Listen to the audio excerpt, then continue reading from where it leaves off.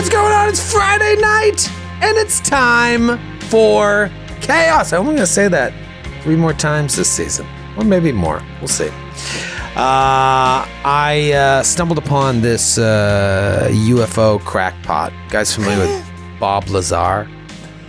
You know this guy? Now. He's this, that name rings a bell. He's I believe this it's Laser. UFO, Bob Laser. He's this UFO conspiracy theorist. He claims to have worked for the government where he would try to re-engineer extraterrestrial technology that is this crashed the dude that, into like, Area 51. Is this the dude that testified? That was like actually in front of the subcommittee or whatever? He got in trouble for like a prostitution ring. He's a real interesting character, but a total psychopath. But he claims They're called ufologists, Troy.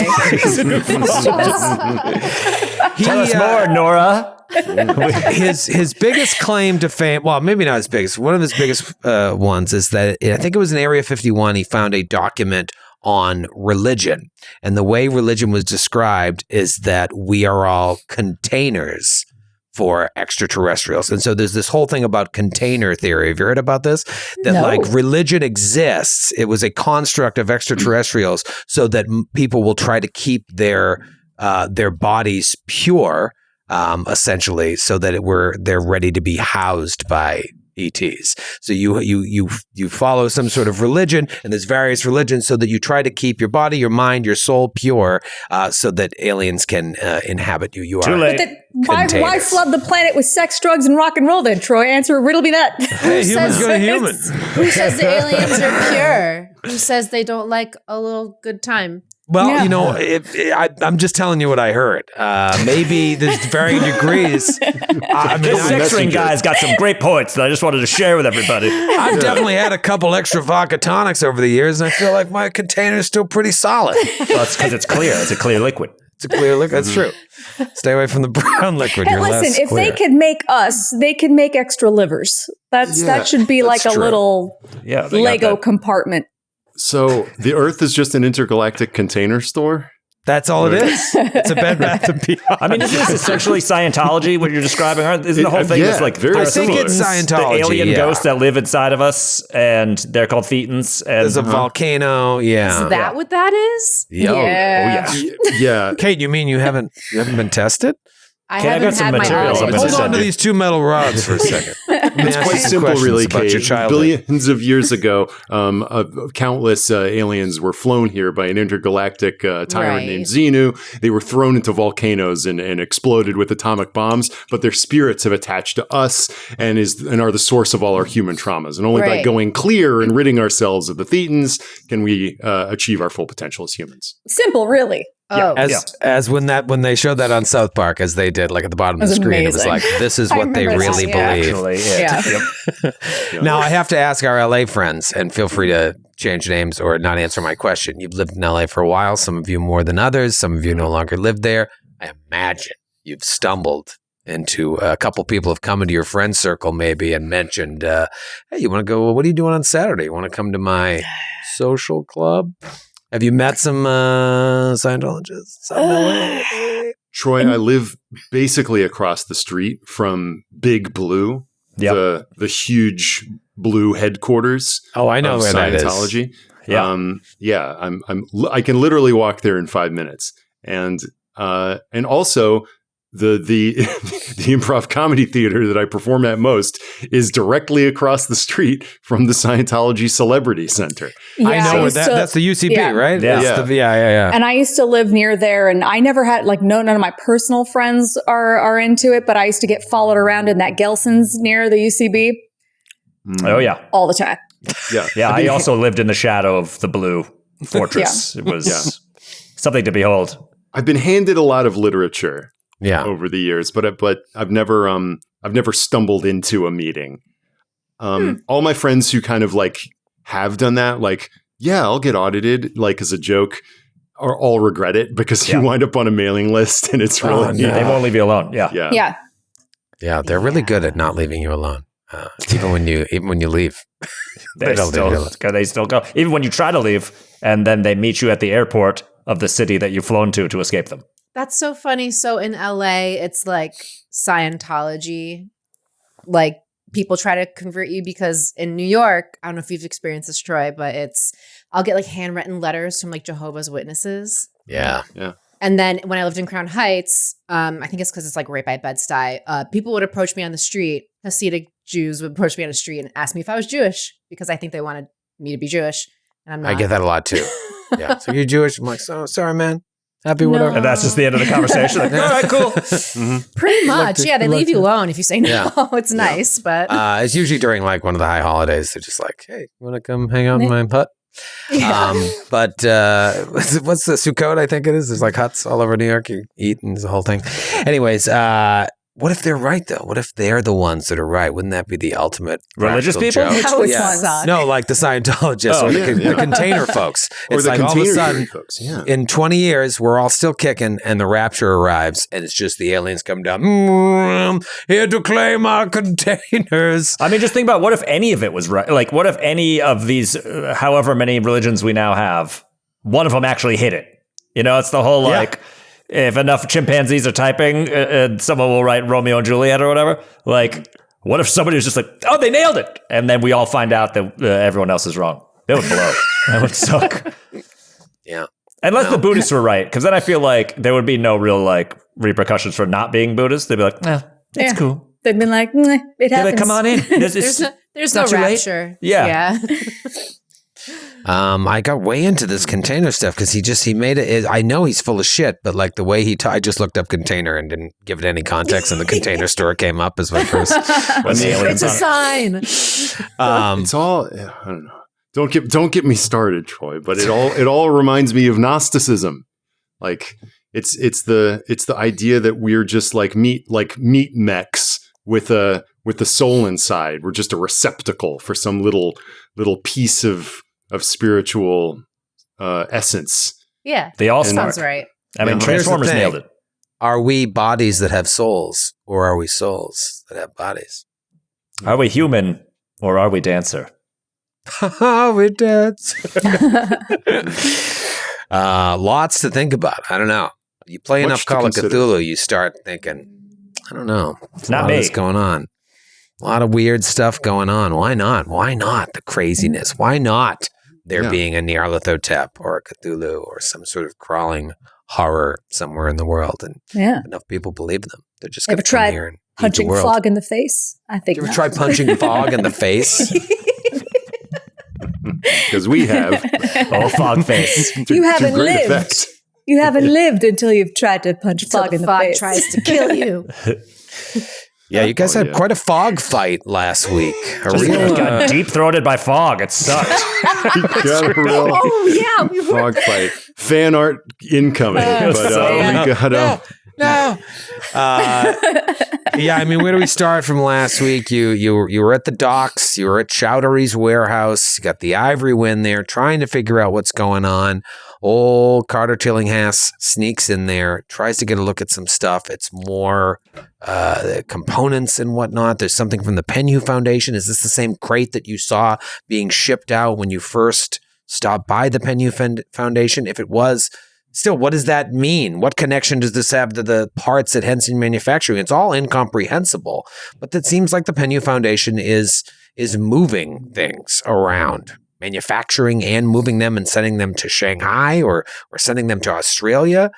What is going on? How does this connect, if at all, to Jackson's sort of thesis, his warning to all of you that like something earth-shattering is happening? This is why you're involved in this mission to begin with. You're doing it out of memory, in the memory of Jackson Elias, but also because you believe him. Even though it seemed like he was slipping towards the end, you wouldn't go on a journey like this if you didn't believe that there was some truth to what he's saying. And after seeing what some of you saw at the Juju house, you now know for certain that there are things beyond human comprehension. Hell, you saw it in Peru. If you weren't a believer before Peru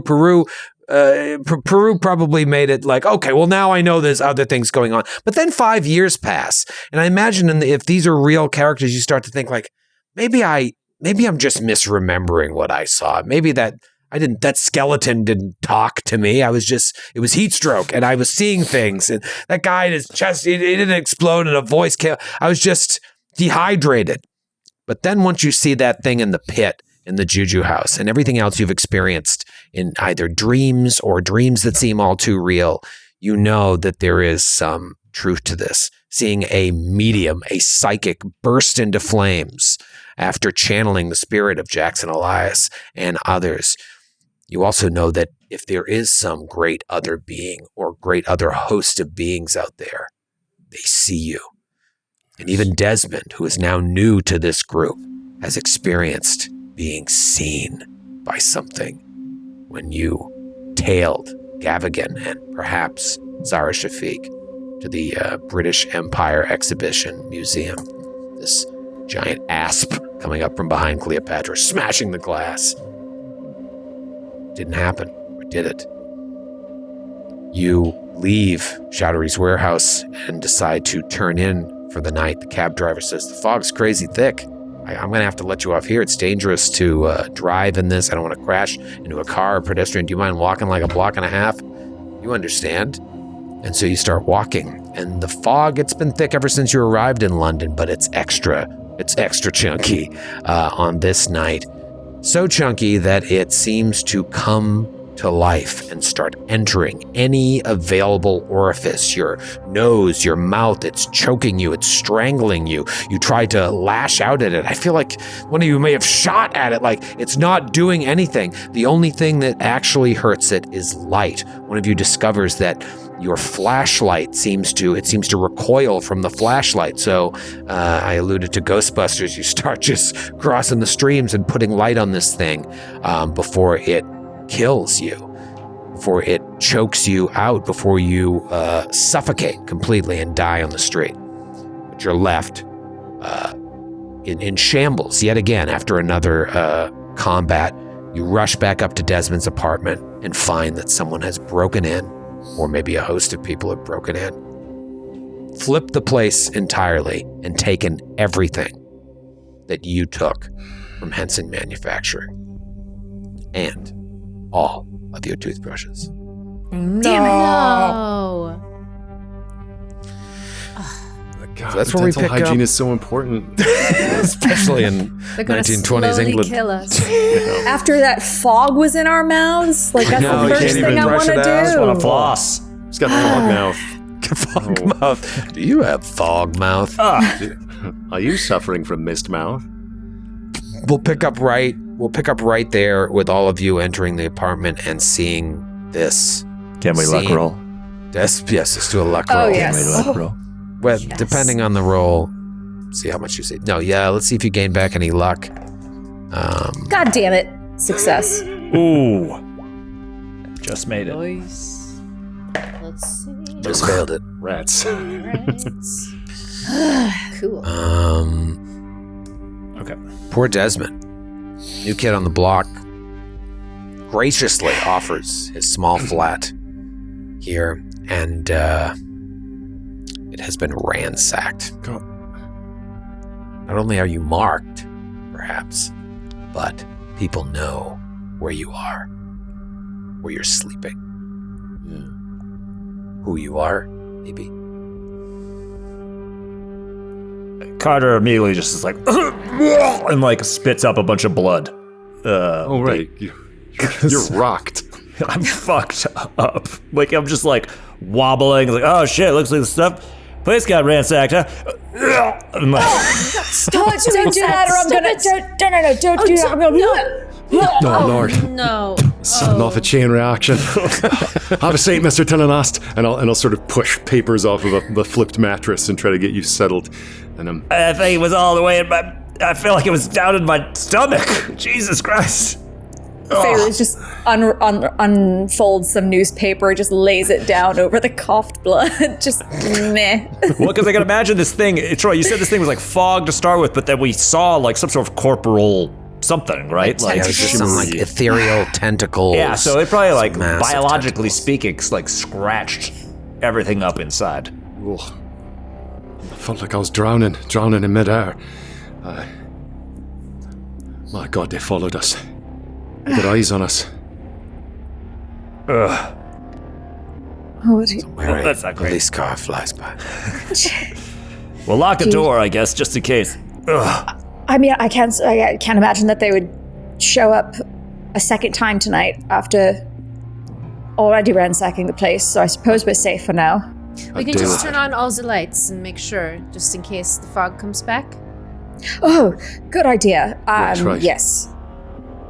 And wait, they got the schematics, they got the stuff that we stole from Henson. It's all gone. I'm sorry, Desmond, but we warned you when you wanted to come with us. This is what happens. Honestly, the place looks pretty close to how it was, I feel like, when we left. It's just we're missing some stuff now. I wasn't going to say it, but... And yeah, it's totally cluttered, just in a different arrangement. All my notes are gone. I'll take care of it. That's what Gavigan said. I'll take care of it. So they've been following us this entire time. Why not stop us? Unless that was the fog. Why not stop us? I think that's what that was intended to do, Miss Chabron. Whatever the hell that was. What if he I has still taste it in my bleeding throat. Oh, you know when it gets right into your nose and you could take... Can someone first aid me? Just first aid the shit out of me, real quick. Yes.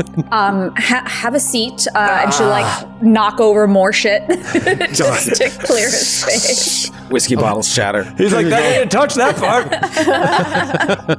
I just hand you a bottle of like here, that'll get the taste out. He's like takes a belt of Ferris takes a big swig, pours a bunch onto whatever wounds Carter has. I think the brunt of the new damage is all internal. Yes. So okay, drink it. so drink it. Oh, that sounds good. Just kill whatever germs were in there. Yeah, so you can all do, up to 2 of you can do first aid on one person, and all you need is 1 success from those 2 people to get 1 hit point back within 60 minutes of losing it. I got it. Yeah. Nice. You got it. Okay, so you get a hit point Regular back success. there. Wait, Can I so we're do doing it that to on ourselves? myself as well? Yeah, you absolutely can. Absolutely can. cool. But Oh, no was that more for than me, Noura? That was for you. Yeah. Yes. Oh. That was for Carter. No more than 2 people can attempt it. You're in a relatively safe situation here, so you don't have to rush. So we just get 1 back, you said, from first aid? 1 from first aid, and then if you wanted to try and find a reputable doctor tomorrow, you could try to have them do a medicine check to get 1d3 back, which would be a lot juicier. And then when you rest tonight, you'll also get 1 hit point, assuming you get 8 hours and you're not killed in your sleep. So I also take a swig of that and also regain a hit point. Wow. You rolled the same exact thing. The same exact 47 under 50 for both. Margot and Desmond, are you guys down? Yeah. I think as Desmond is maybe like shuffling. I took my notes. They took my fucking notes. You can almost see him like kind of almost faint against the walls, like Whoa. I can't catch my breath. My sorrows. I can't catch my breath. Sit down. Come here. Sit. Come here, Ward. Sit on my lap. Are you sure? You're I'll quite cuddle sure? you. Yes, no, it's fine. It's not weird. I want to help him do a first aid check. all right. Great. So we both roll? Okay. Yeah, you both roll. You need 1 success between the 2 of you, but if you both fail... Unless somebody's got better than I do. Okay. I could attempt as well. I have a 30. I already tried and failed. Yeah, wait, before I roll, I've got a 38. Does anyone want to help? Desmond, You're better than me. I will help. Is there a limit to how many times? just 2. Just 2. Oh, okay. yours. Okay, well, here we go then. Damn, that would have... I'm sorry, Troy. Is it just 2 people per person, or just Yeah, one I think person the can make 2 intention of attempts? it is that up to 2 people can aid, and that's your shot. In like within 60 minutes of... It's meant so that you can't just keep spamming it like, all right, well now let's try again. Okay, then here we go. I got you, Des. Come here. Okay. My ward. 40. I didn't get it. You can spend luck. I got 46 over 38. I feel like, even though he's not here, God rest his soul. Vaughn spent luck to heal me in a cave once. He's not dead. It's not dead. Huh? Wherever he is. We know of. Are we sure? He's not dead. I'll spend 8 points of luck. Get Dez over the hump. Amazing. Little HP. What about Margot? I'm only down 1 hit point, so I just think I just need to sleep it off, to have a swig of this whiskey or whatever this is, and I'll be fine. Margot is so sane, so healthy, so guaranteed to not last through the end of the season. God, I really want to mess her up so bad. Yes, I'll leave the light on, and it'll just put something over your eye to sleep. You said that Gavigan said he would take care of it, but if he has the ability somehow to conjure whatever that was. I mean, given the It's a amount of possibility. weirdo books we saw in his basement, it wouldn't surprise me.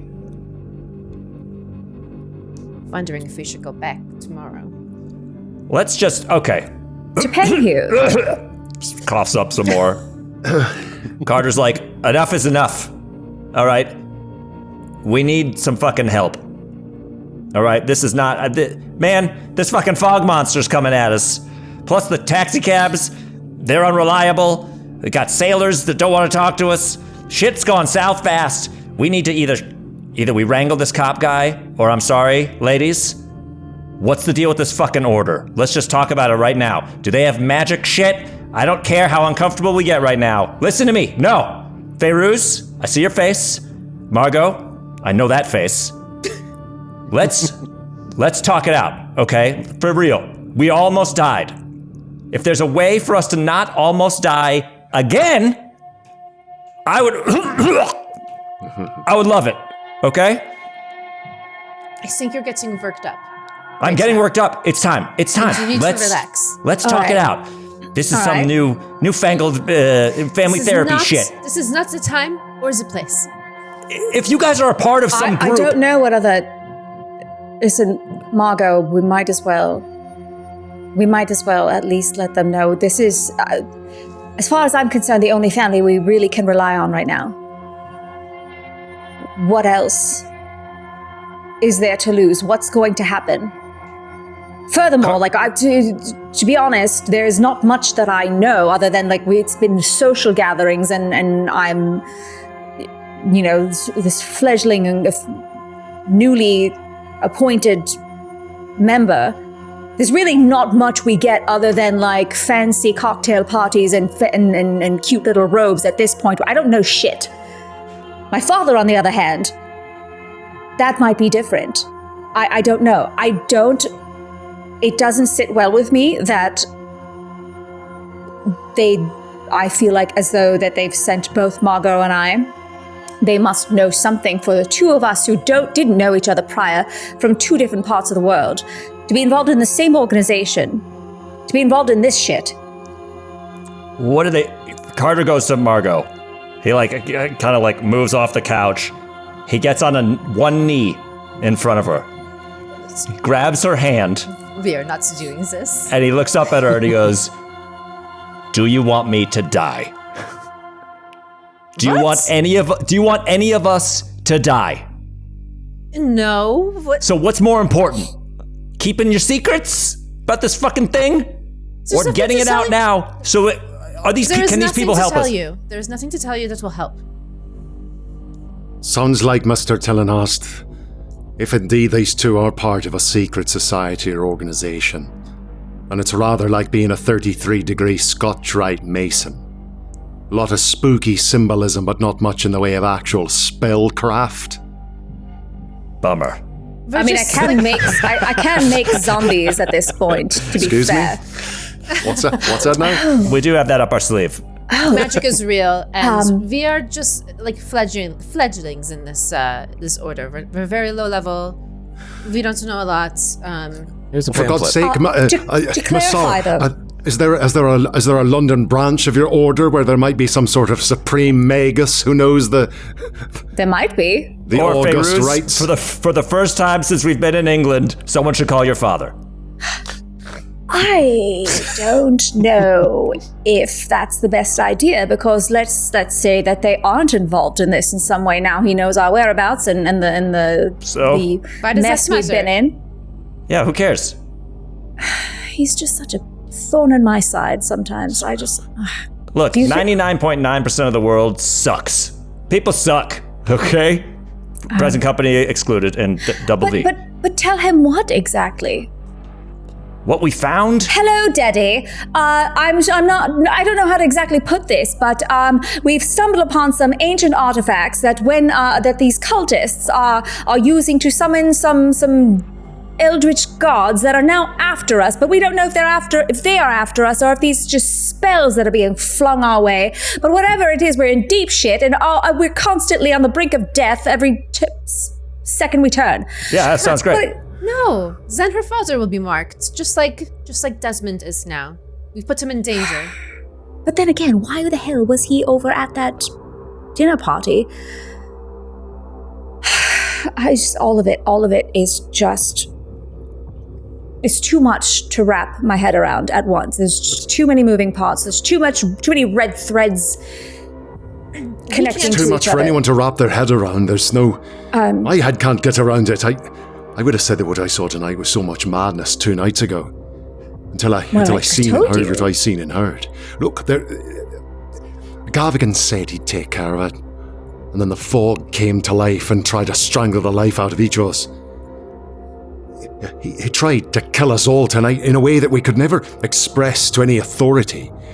Not that any authority would pay attention to us. I'm not inclined to agree with you, Mr. Tillinghast. 99% of people do not suck. They're being sucked. 99% are being sucked by the 1%. They're being sucked dry. And if we go to the gendarmes, who are their security force, I'm not about to take my trouble to the police. And we can't go brings to me- the Sooner it brings me crack our back heads to my to protect point. Gavigan. Just bring me back to my point that you're the only ones that I feel as though I could trust right now. I don't know who to believe. I don't know who's involved in what. All I know is that we are absolutely in this together because we are the ones constantly being on the brink of death. Some of it I will admit because we are committing arson and putting ourselves in danger, yes. But We're only doing the right things. That's all I know.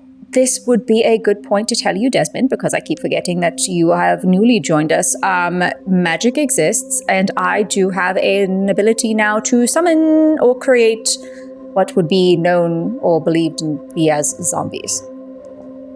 And this is a perfect example. We cannot go to the Order without anything concrete. Like last time we went, we had artifacts, we had proof of things that's happened. We don't have anything right now. You don't think they just won't? You don't think they'll just believe you? And we just tell them that we're scared and we have stories. But you think the Order is like one little, like they're our parents? No. If they care, look. But maybe they've been following us all along, just like...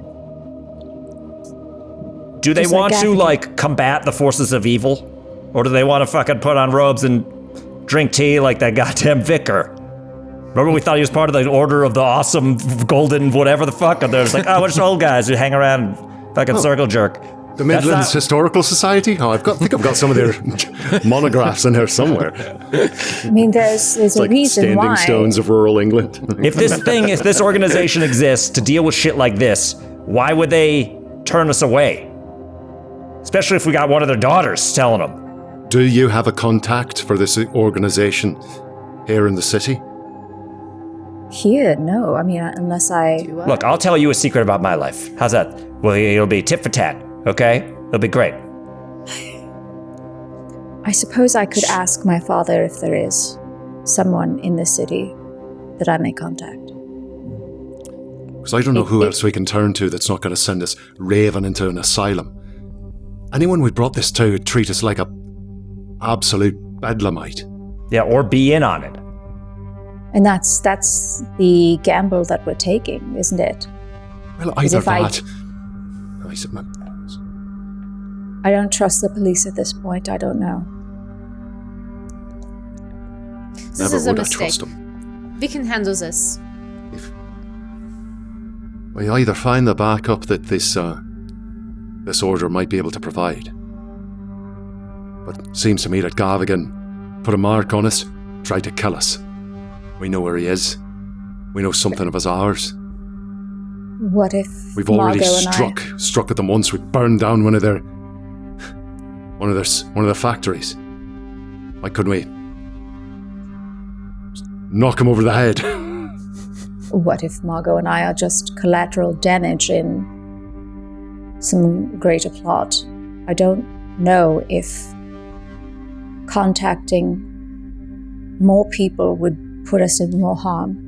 I don't like to hear you talk this way. Sometimes you say things like, we are worthy of knowledge and this is meant for us to know. And then sometimes you think that you're a pawn and we're not.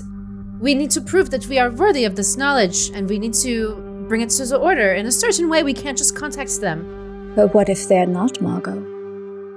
What if they're not worthy of this knowledge, but we are? And then we will have more people with their goals is to have our heads. Look, I said what I think should happen. It's obviously up to you guys, but I'm starting to run thin on the concept that we can do this on our own, especially after this fucking fog face showed up out of nowhere. We could with try no warning. A luck roll. If Maybe we know a no roll? Or no. A knowledge roll? Like, should we contact dear old dad? And like, if you don't want to contact your dad, we can like, do we know anyone by random in the city? Yeah. Give me an intelligence roll to try and determine based on your standing with the order. Ooh, I'm pretty smart.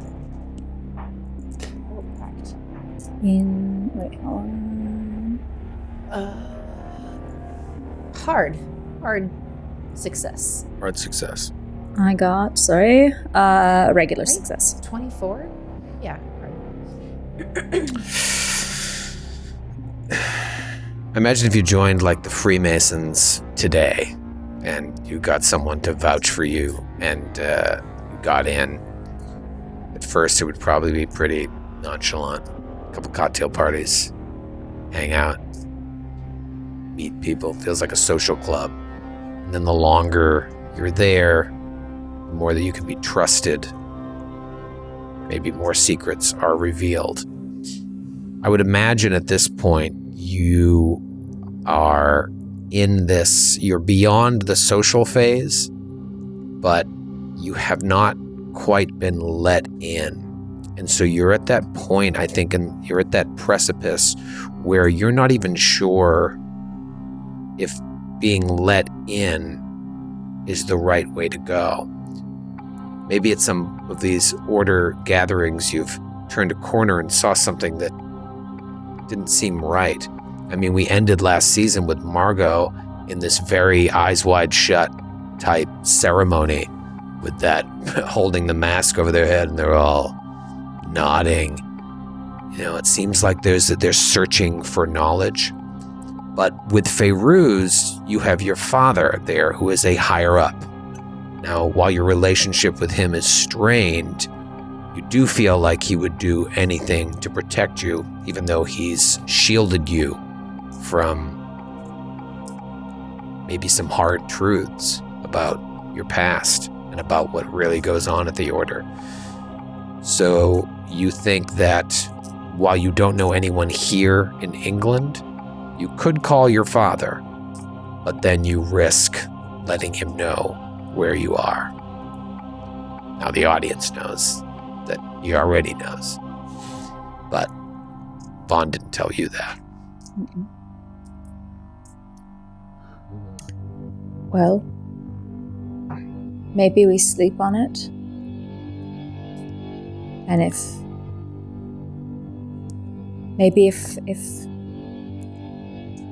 whatever we attempt tomorrow doesn't seem to give us any leads or give us any new insight or any direction, perhaps maybe then I could try and contact him, but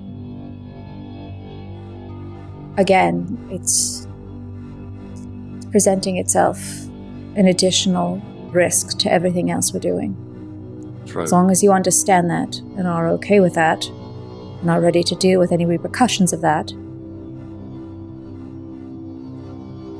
Yeah. Maybe that would be it. Well, You do you, girl. If that's you want to wait, we can wait. Telenost, if you've got the powers of speech about you not to rob you of your rest, remind me what it is you saw in those crates down at Chaudhry's. It's a human skin, was it? It's a foot. It's a peeled off foot. just real gross to even say out loud. Seems to me that that's rather incriminating cargo. Now, I don't like to... Like I say, I don't like to involve the police if I can help it. But if they were to get an anonymous tip about smuggling of Human remains? body parts and queer remains, I might be a way to strike back at them, distract them so they're not so focused on us and able to conjure the very elements themselves against us. Yeah. Yeah, we could call Barrington. Is that our guy? Oh, yeah. It's old Scotland Yard Part 2 or whatever it's called. The new Scotland Yard. Yes, thank you. The you New have Adventures of Scotland Yard. Oh, New Adventures of Scotland Yard, yes. You have your contact, Barrington, yeah, for sure. Little anonymous tip. So, what are you thinking? Rest for the night, gain an HP, and then approach everything with a clearer head in the morning. You did just have a harrowing night. There was bar fights. There was Norwegian sailors. And there was a fog monster that entered you.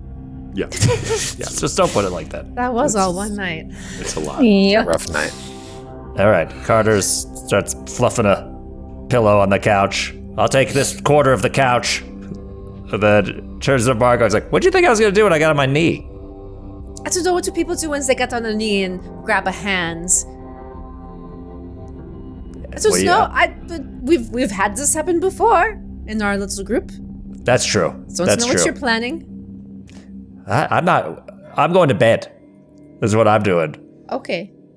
All right. I'll go Didn't mean to bed. break your heart before. Oh, shut up.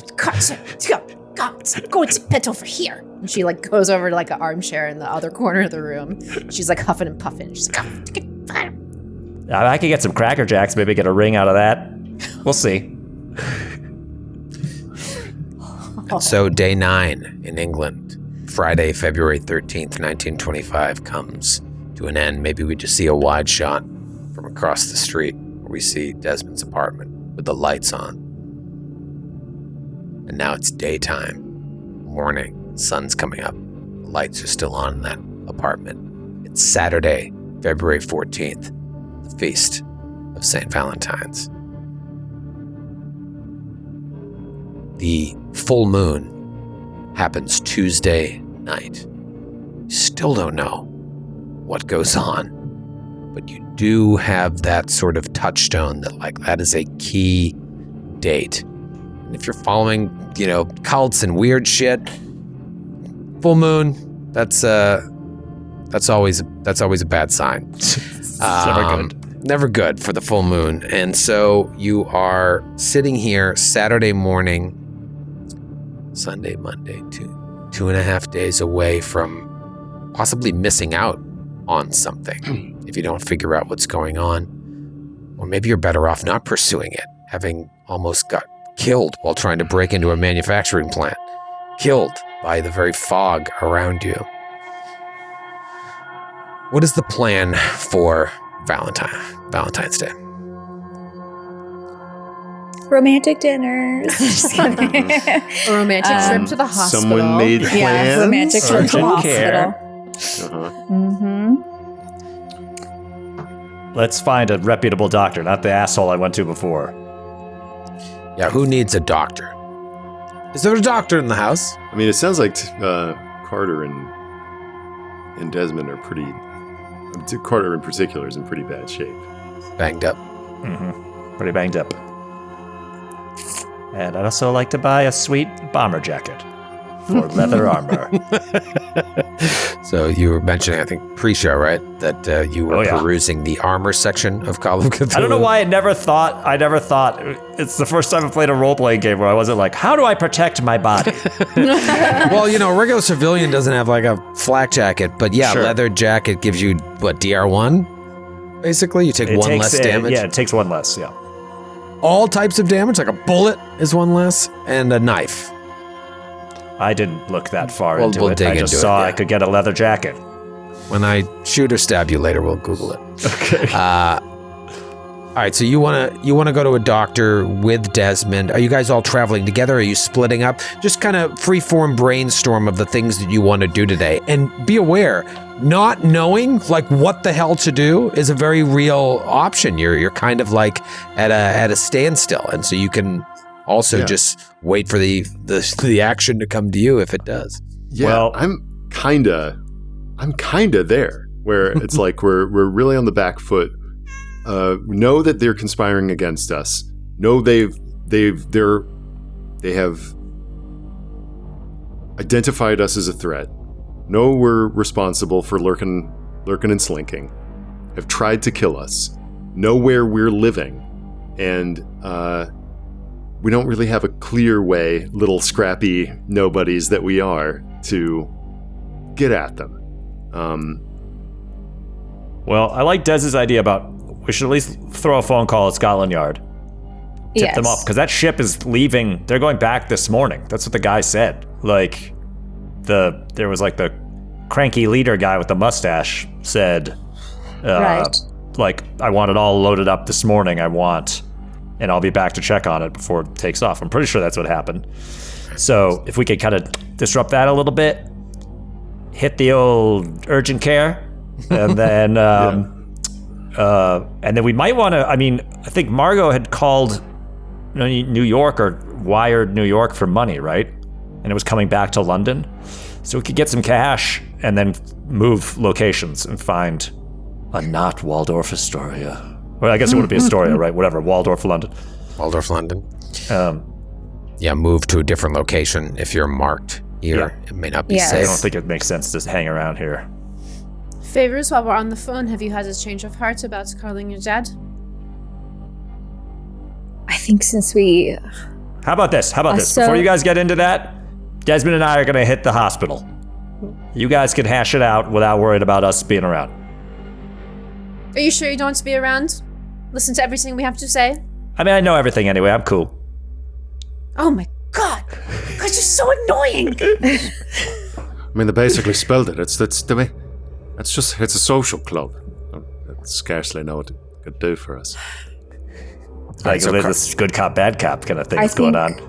If we keep hitting dead ends, there may not be any other viable choice. I'm okay to call him, but I can't make any promises that it would be of any help. It's better than nothing. I mean, unless you're saying that the downside to it is that they suddenly want to kill us, which I don't think they will. You guys don't seem to have the greatest relationship on Earth, but... I don't know. Again, this is all assuming that maybe he knows something that I don't, which maybe he does, maybe he doesn't. I don't know. There just seems to be... There's no guarantees to it. So I suppose if we have nothing else to lose, and if we don't know what next step to take, then I guess it doesn't hurt. And if for some reason we do change direction, we just skip town before he finds us. Great, we've done that before. All right, I'll call up, let's call up Scotland Yard. No, I'm pretty sure Desmond probably doesn't have a phone in his... Jesus Christ, Des! What? The You just have a phone? Because I live within my means. I think everyone has access to a telephone for... We could ring him down at the Scoop. Great, let's do that. It'd be a wonderful time to see your uncle. And if we can, in our bedraggled fashion, walk over to the Scoop to drop that tip to Barrington. All right, so the two of you or all four of you walking to the Scoop? I assumed Carter and I, but if... Okay. If the whole force we want wants to to hit the come, hospital. let's do it. All right, so you leave to begin walking towards the scoop. You get outside, walk to the end of your stoop, turn left, and start walking. And you hear a voice. It says, I must say, you've been difficult to find. Carter, you recognize this voice immediately. Mom? It's Inspector Barrington. Yeah. I had some of my men tail you after we met. They lost your trail. You have been difficult. What happened to Mr. Villiers? Vaughn is taking a brief respite in the countryside. But he'll be back with us in no time. Did you guys not follow us to the point of preventing a breaking and entering from just happening? I'm sorry? We've been through the shit, Barrington.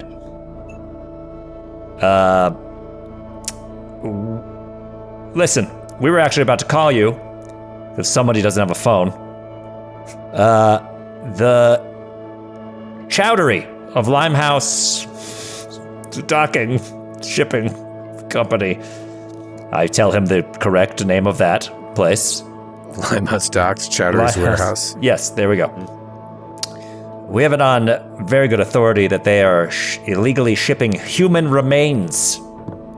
And they should be and other kinds of just nefarious artifacts. And they're up to no good.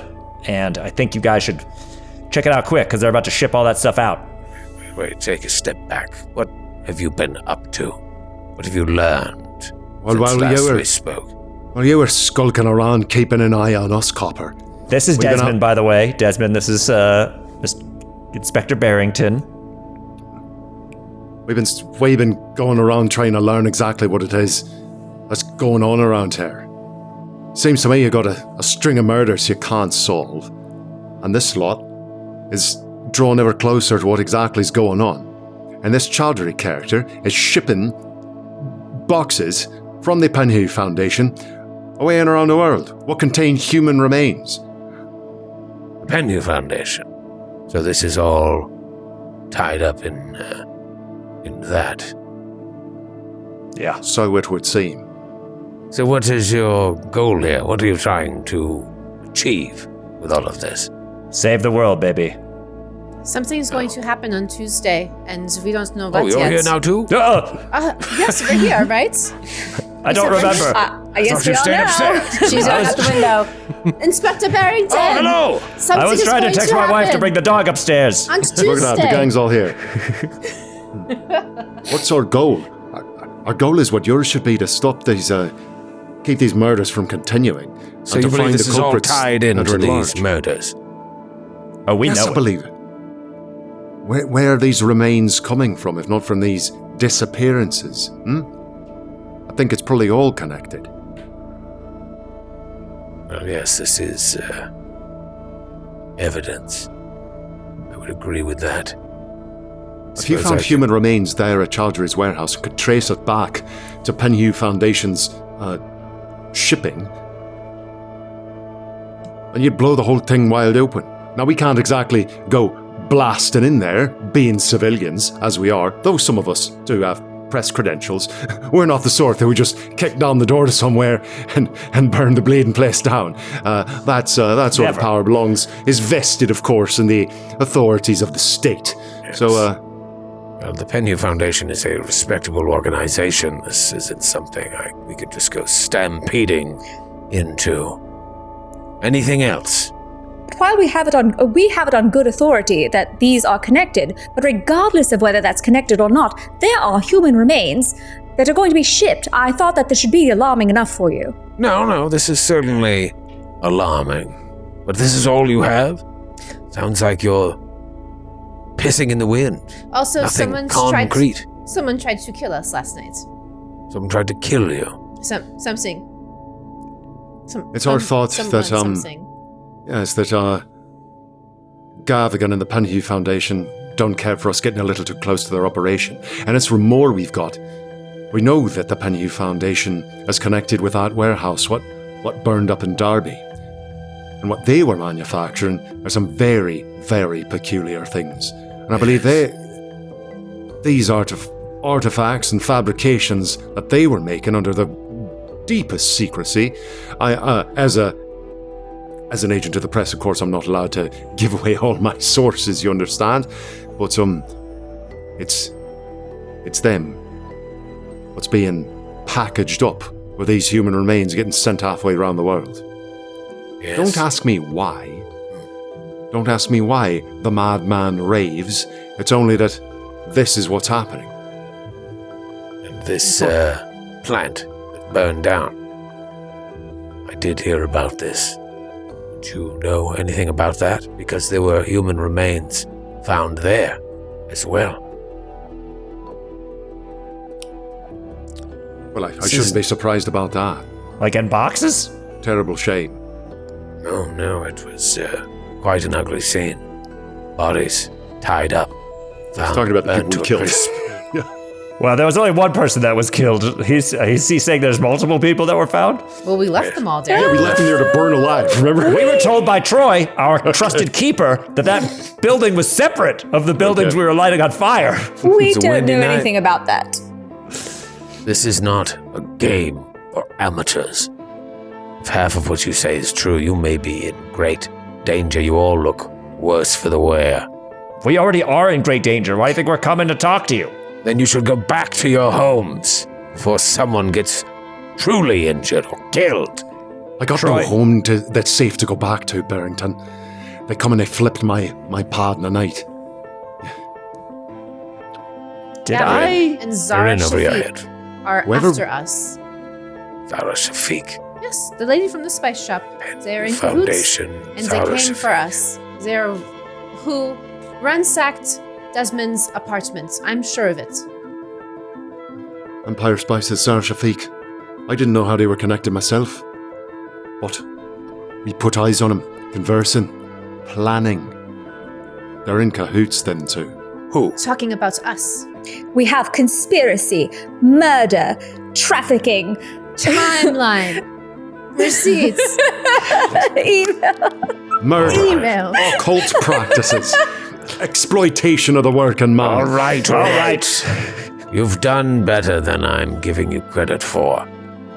You should leave this to the professionals. I don't want to have to chase you around England again, or be the one at the scene, identifying your corpses. Troy, do you remember when we first met him? Did we do like an intuition roll on him?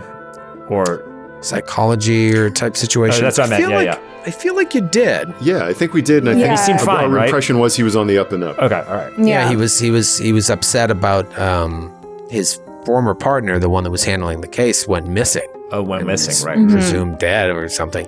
And so he was upset about that. He liked that guy. And what was he? And- And that guy was disappeared because what was the specific thing that he was? He was investigating the Egyptian murders and disappeared. And so Barrington took over. And so now it's like personal for him because he was Okay. close with that guy. Right. And I think his name was Inspector Gregory Munson. And, he's also at his wit's end, which is why he even took a meeting Right. with you in the first place, because you mentioned you knew, Jackson Elias, and Jackson seemed to be interested in that. But he's reiterating in a way what he said there is like, leave this to Right. professionals. Well, Barrington, one other thing we did forget to say to you is the Blue Pyramid Club. You want to talk about these Egyptian murders? Blue Pyramid Club, there was a waitress there that was freaking out, saying that a truck was coming and taking people from the Blue Pyramid Club and potentially to their deaths. Taking people from, what was this woman's name? Waitress McGee, I It believe. was.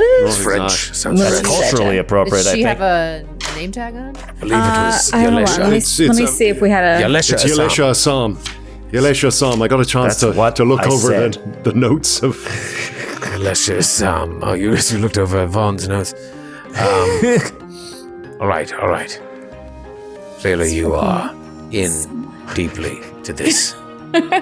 Noura, friend. looks like you're in the middle of a fire. Like, Yeah, it looks like fading out like Marty McFly. the fog monster is attacking Noura. There we go. There's just so much sunlight coming in. it's just hitting the west. It's Sejo just went hitting. up on It's Sejo went up on the window and I think like turned the.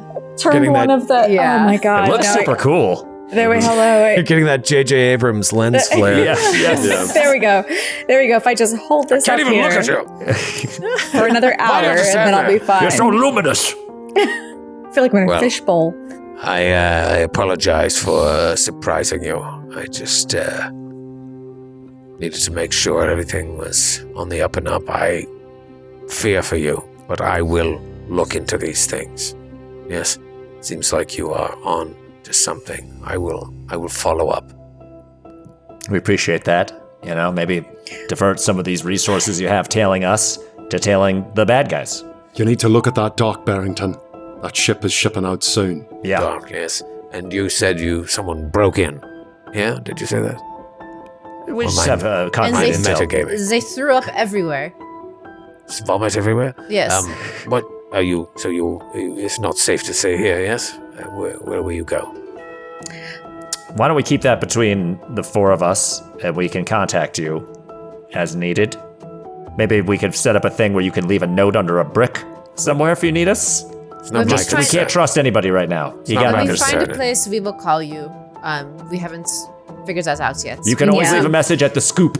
Yeah. We need to actually Yes. find a good Scoop. doctor. We haven't found a good doctor while we're here yet. Do Yeah, do you have have a any, good one? you got any doctors you trust within our hospital. network? There's a hospital not too far from here. They don't Oh, okay. always have good doctors. Only the best here. What if we go to the same place where we drop that Shipley off? Right, Like, there's an that was a asylum mental. of nuns. That was That was Yeah, yeah, that's right. They're all trained in Catholic medicine. sanatorium. Yeah. Well, again, I apologize for surprising you like this. I didn't mean to cause a stir, but I had the sense that you were onto something. That we are, Barrington.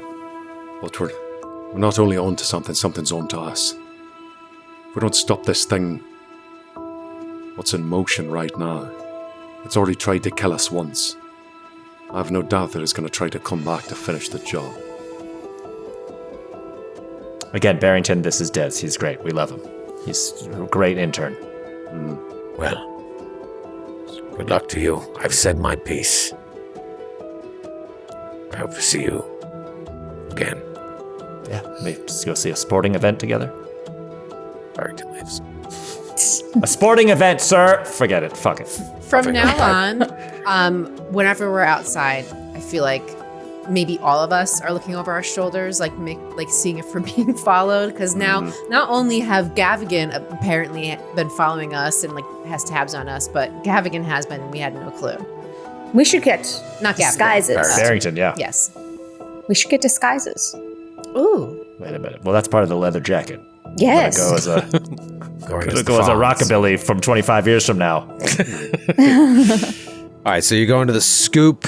Well, you don't have to go to the scoop anymore. You don't need to make a phone call. Barrington Yeah. was Up right to the hospital. Yes. there. So you go off to the hospital, Convenient. find a competent doctor who will attempt to heal you. First on Carter, success. Oh, thank God. Second on Desmond, another success. So roll 1d3 hit points. That's what you will get back. Plus 10. That's brutal. 1, 2, 3 plus 10. Brutal. That could be one. Yes. I got one, baby. And I got one, too. Okay. Did you all take your one back as well for Yes. spent sleeping? Yeah. Yes, sir. Yes, sir. Are we all together still? I guess so. Because if I'm here, I'm gonna seek some treatment too. Sure. Fuck it. Oh, sorry, the doctor just left. Damn it! He only handles 2 patients a day. Yes. He went to leave and accidentally opened the window and walked out of it. We have Damn this. it. This guy hasn't quite finished medical school, but he'll try to treat you. I raid the medicine cabinet. He succeeds. He succeeds as well. I'm sorry, so what do I- I've what been do I rolling roll well for for that? 3 days straight. 1d3. By the way, yeah, you get 1d3. 1d3. Across I'm many gonna shows, roll I've been this rolling very well. D6. Ooh, I have 3 points. Noise. The rich get richer. Heck yes. Okay. Who's Richard? Who's the rich get Richard? Get over here, son of a bitch. All right, so you've made contact with Barrington. Barrington made contact with you. Great. Has been following you, evidently, ever since you left Scotland Yard, lost your trail, perhaps when you went to Lesser Edale, but found you again. You vomit all this information and hope that he follows up. Maybe you will get in touch with him should you get more information. Or maybe you seek his help in this situation, as opposed to or in addition to the order through Fairuz's father. Those are your options. Great. You're a little healed up. Saturday, almost afternoon. Grab a bite to eat. What's going on We're today? hitting a new hotel. Yes, we do need to find a new hotel. We don't have to do all that, but that's happening. Potential, most likely a phone call to make at some time. I don't know what the time difference. To dear old dad. Dear old dad. We're like 6 or 7 hours ahead. I think. I don't know if there's any, like, between the Penhew Foundation, between Zara Shafiq's Spice Shop, if we want to go during the daytime, probably makes more sense at night, do you think? Should I break in there and see what's what? Yeah. So that's the option. I like that. There was security at Penhew even during the day, right? Yeah. I really want to go in there and just beat the shit out of him. Yeah, when Vaughn and Fairuz peeked in the window, all we saw was that there was a young man working there, but there was also a bed. Like there's someone staying there. Yeah, it's in Zara Shafiq's, there was Empire Spices. There was that back room that looked like there was a living quarters. What if we try to corner that kid? Yeah, maybe shake him down for information. We could do that. And then I just know for Fairuz that before now and Tuesday, she's going to track down Emil L. at that address. Oh, yeah. Great. But that's not in the immediate. I'm not going to, I'm going to stay in a bed for the next 3 days and just heal.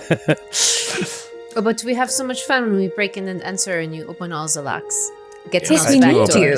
We need you healed up so that we could do our B&E. Yeah, it's tricky. You are all. Everyone knows where you are. You're like impossible. You can't hide in London. Everyone seems to keep finding you. We blend right in. I don't understand. You're beaten. You're battered. Starting to regret those business cards, to be honest. Maybe that was a bad Never idea. doubt the business cards. They just Carter seem pulls one out. so It's got his own official. blood all over it. It blocked a bullet. Like that. How did that knife not go through me? Oh my god! God, it was We told you that card stock was The right. amazing. All right, so if you're And I want thinking, my leather goddamn jacket. all right, you get your jacket. Yeah, I'm going to the You look items. so cool. Let's break it up a little bit here. Are you guys all traveling to get the leather jacket? Are you splitting up? We get one big leather jacket that we all wear. I do want to get a sense here. Like you all went to the hospital together, and now you're outside the hospital. Carter wants to go get a leather jacket. Fairuz, maybe you might want to go see Emil. You don't have to. Yeah. You could do that some other time. Is everyone doing their own thing? And then if you're going to do a B&E tonight, is everyone going to one place or are 2 and 2 splitting up? I would like, no, if Fairuz needs to be at that Penhew since she missed it last time. Yeah. Like, I think she really wants to be there. So I'm thinking reconvene in the evening somewhere, wherever our new quarters are. Okay. All right, so maybe you have the day to yourself. Got a free day here. Oh, this will be restorative. This might all result in another hit point. Just as a me day. Choose an activity you'd like to do, or say you don't want to do anything.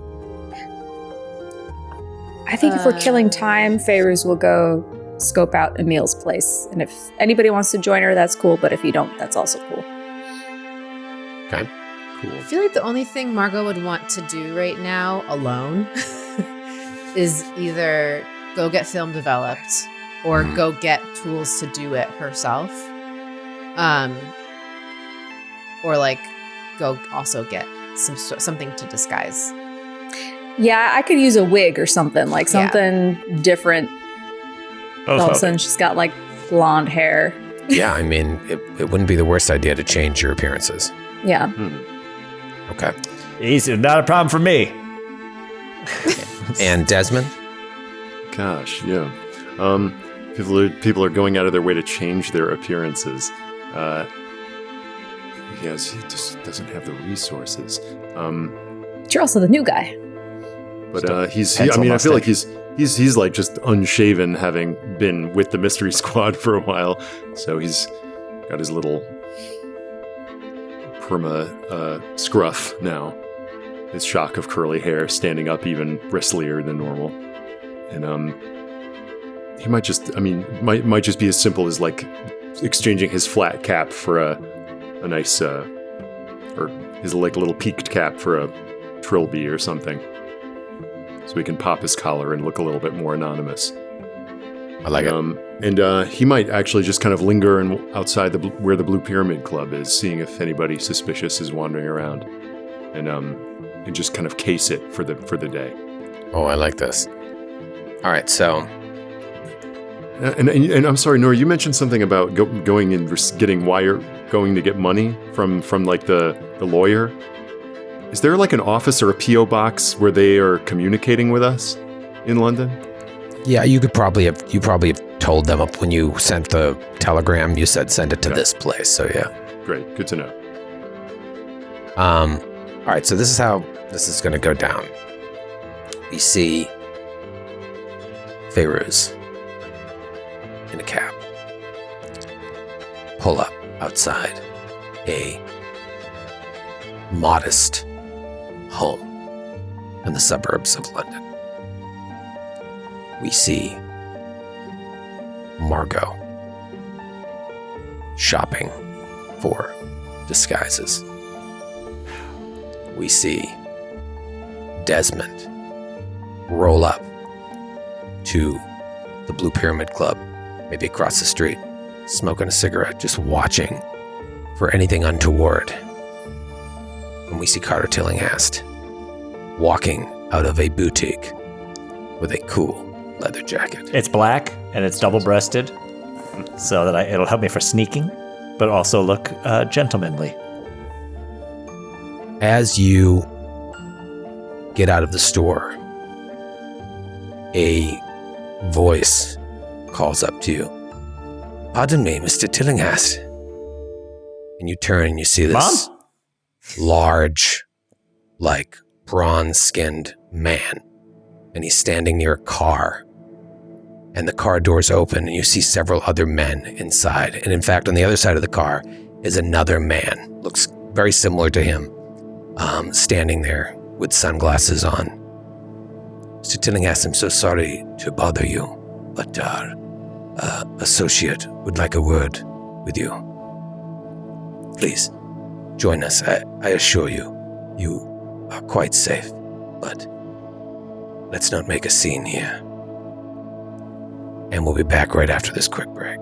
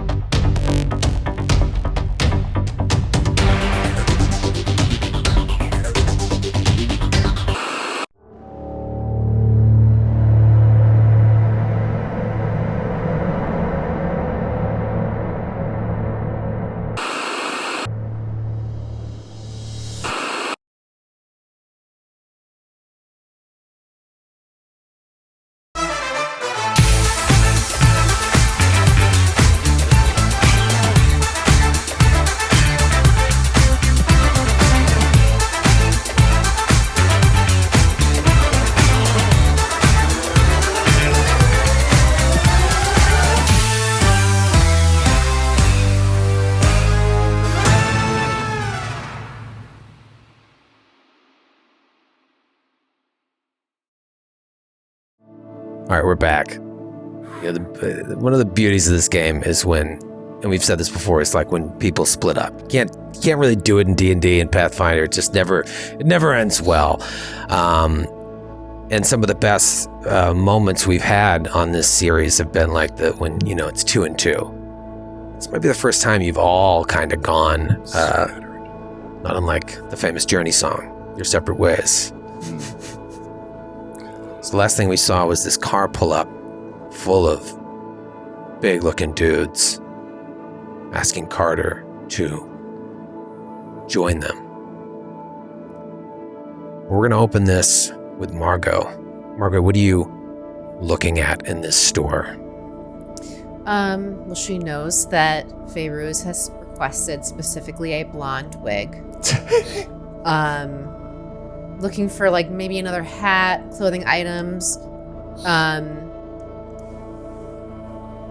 can't remember. What's your character's name again? I can't remember. Ross. Feyruz? Your name? No. Desmond? Oh my God, I just forgot. He's like a brother to you. For that other guy with us. I almost died in your arms. Oh, Desmond. Desmond. I wanted to say His Donovan. name is Desmond Patrick Mahoney. I wanted to say Donovan. I'm like, I know that's not right, and that's all it's in my brain right Ooh, now. that's good Yeah. too. Also And good. An Donovan's a good name. Irish singer, no? Don, For wasn't herself, he? maybe like, I don't know, glasses, like something, an accessory to like put on. Clown nose. Try and Request find was something- Feyruz. What? A request from Feyruz was whatever makes her look less exotic. Oh, right, of course. They're going So to this blonde be wig that is mine. perfect. All right, so And for here- Carter, just something for his face. something Yeah. for his face. Struggling. A little rouge for his mask. All right, so we just kind of pan in to see you at these shelves, picking up a wig, putting it back, picking up glasses. Is this what you want? And as you're looking at this stuff, you hear a voice that you instantly recognize. Margot? It's Gunther. Hey! Margot! Margot, what are you doing here? What are I you knew- doing here? I must confess, you had mentioned that you were coming to England, and I thought I would. I was not following you. I just I thought it would be fun for me to take a vacation as well, and so I've come to London, and here I am, and here you are. What are you doing? You're all alone. And she like just pauses and stares at him, and after he says like, "Oh, I was not following you," she's just like, "No, you weren't. You weren't following me. Are you sure?" And he ignores your questions. Just like, are you okay? You look hurt. And he I am not hurt. goes to grab your hands. Look, you have scrapes here. Scrapes on your arm. Are you okay? I am fine. I am doing great. And if Never you try better. if you try to pull your hands away, he holds them firm. Marco, you are no good to us dead. Us who? What are you talking about? What? And he lifts his sleeve up ever so gently. And you see the markings of the order.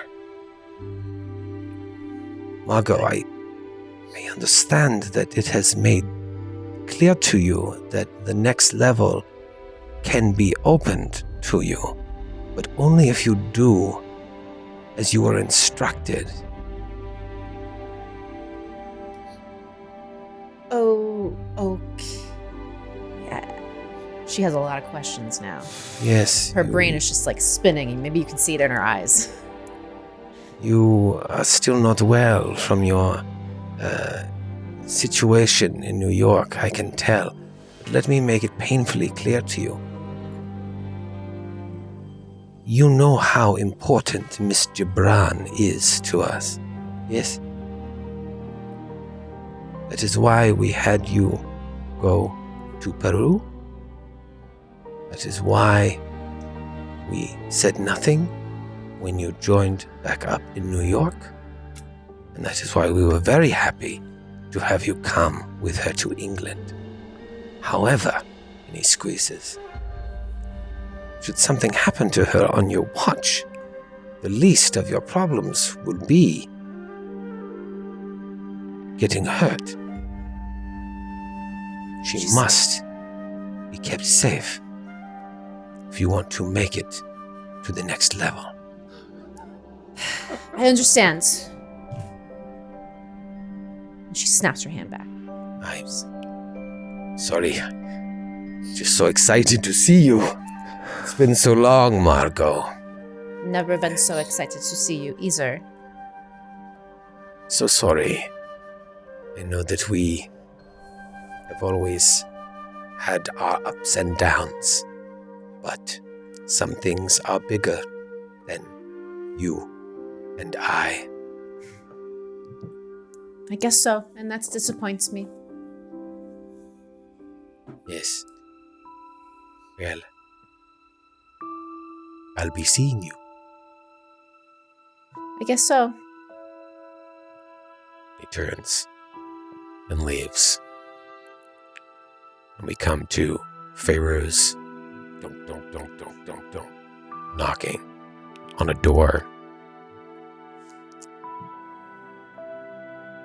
So the door opens and you see a young man, maybe older than you though, by a few years, strikingly handsome, a mixed descent maybe, and he just looks at you. May I help you? Yes, forgive me for the abrupt,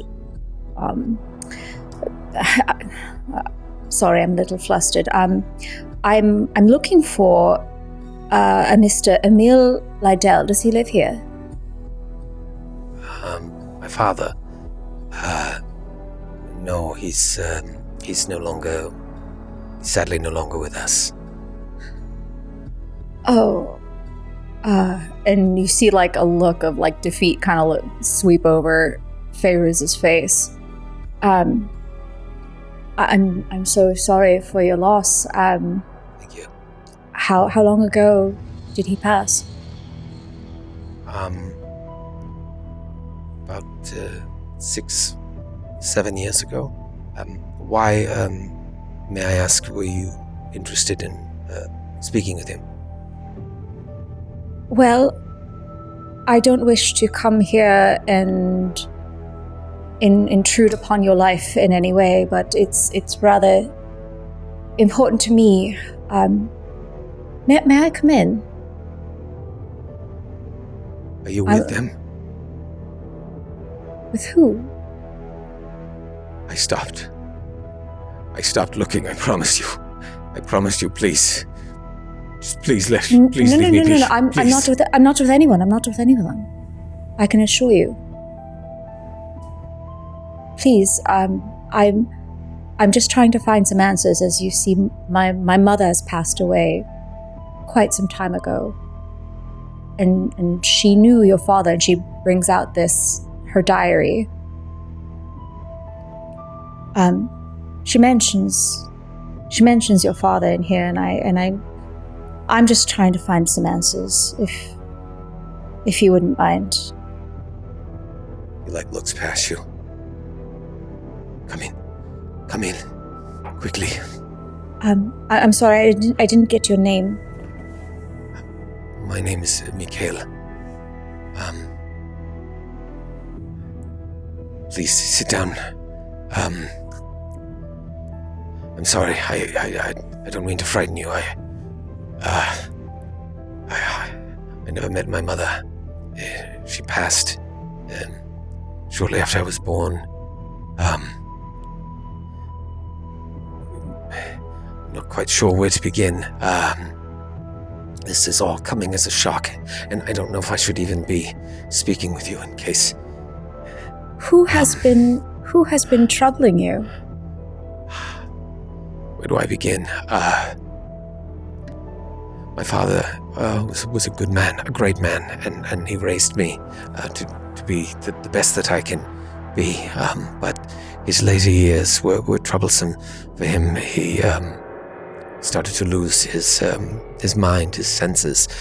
He would not remember me from time to time. He knew that I was his caretaker, that I belonged to him, in some way, but sometimes forget my name and whatnot. But then from time to time he would say things that would contradict a lot of the things that he told me when I was young. I ignored most of it as the ramblings of a degenerative consciousness, but one night he said something that struck me, that I must never look for my mother. That's very strange that you say that, Mikhail. I said, Father, what do you mean? My mother passed when I was a baby. And he just kept repeating it over and over again. You must never look for her, grabbing at my shirt. And sometimes he would look at me and think I was the postman. But he was very clear and very deliberate in the way that he said these things, so much so that I never forgot about it. And so I probably against my better judgment, I pressed him on it. I said, she passed, Father, she passed. Your memories are clouded. And he said, no. He just kept shaking his head. He looked so afraid, and he rambled about things that I never heard come from his lips. He told me that after I was born, a group came in the night to take her from the hospital, and that I was left behind. And that he tried to find her, but he was threatened that if he inquired any further that they would take me as well, and perhaps even kill him. And so that was what I was left with. Did you ever see any photographs of her? Yes. As a matter of fact, I did. I tried everything. And Feyruz opens up her journal and takes out this, a photograph of her mom from, her school days. Was this her? He just grabs it. He's like, yes. This is the woman from the photograph. This is my mother. Mikhail, this is my mother. We cut to Carter. No, you can just... I know it's a cool jacket. There's more of them in the store, so help yourself. I think they were 20 quid, whatever the fuck that means. Mr. Tillinghast, you're quite charming, but no, we're all set with jackets. We just need you to come with us very shortly. I assure you, you are quite safe, but...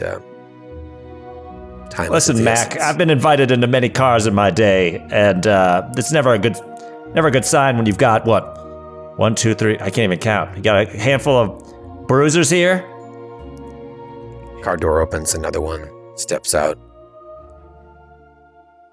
Oh, Please, okay. Mr. Tillinghast. Troy, can I do an why do I keep calling it intuition? Jesus Christ. Psychology? Yeah. I want to roll to see, are these men going to kill me? I think that's a pretty simple thing to want to know about somebody when you first meet them. Roll for stranger danger. Yeah.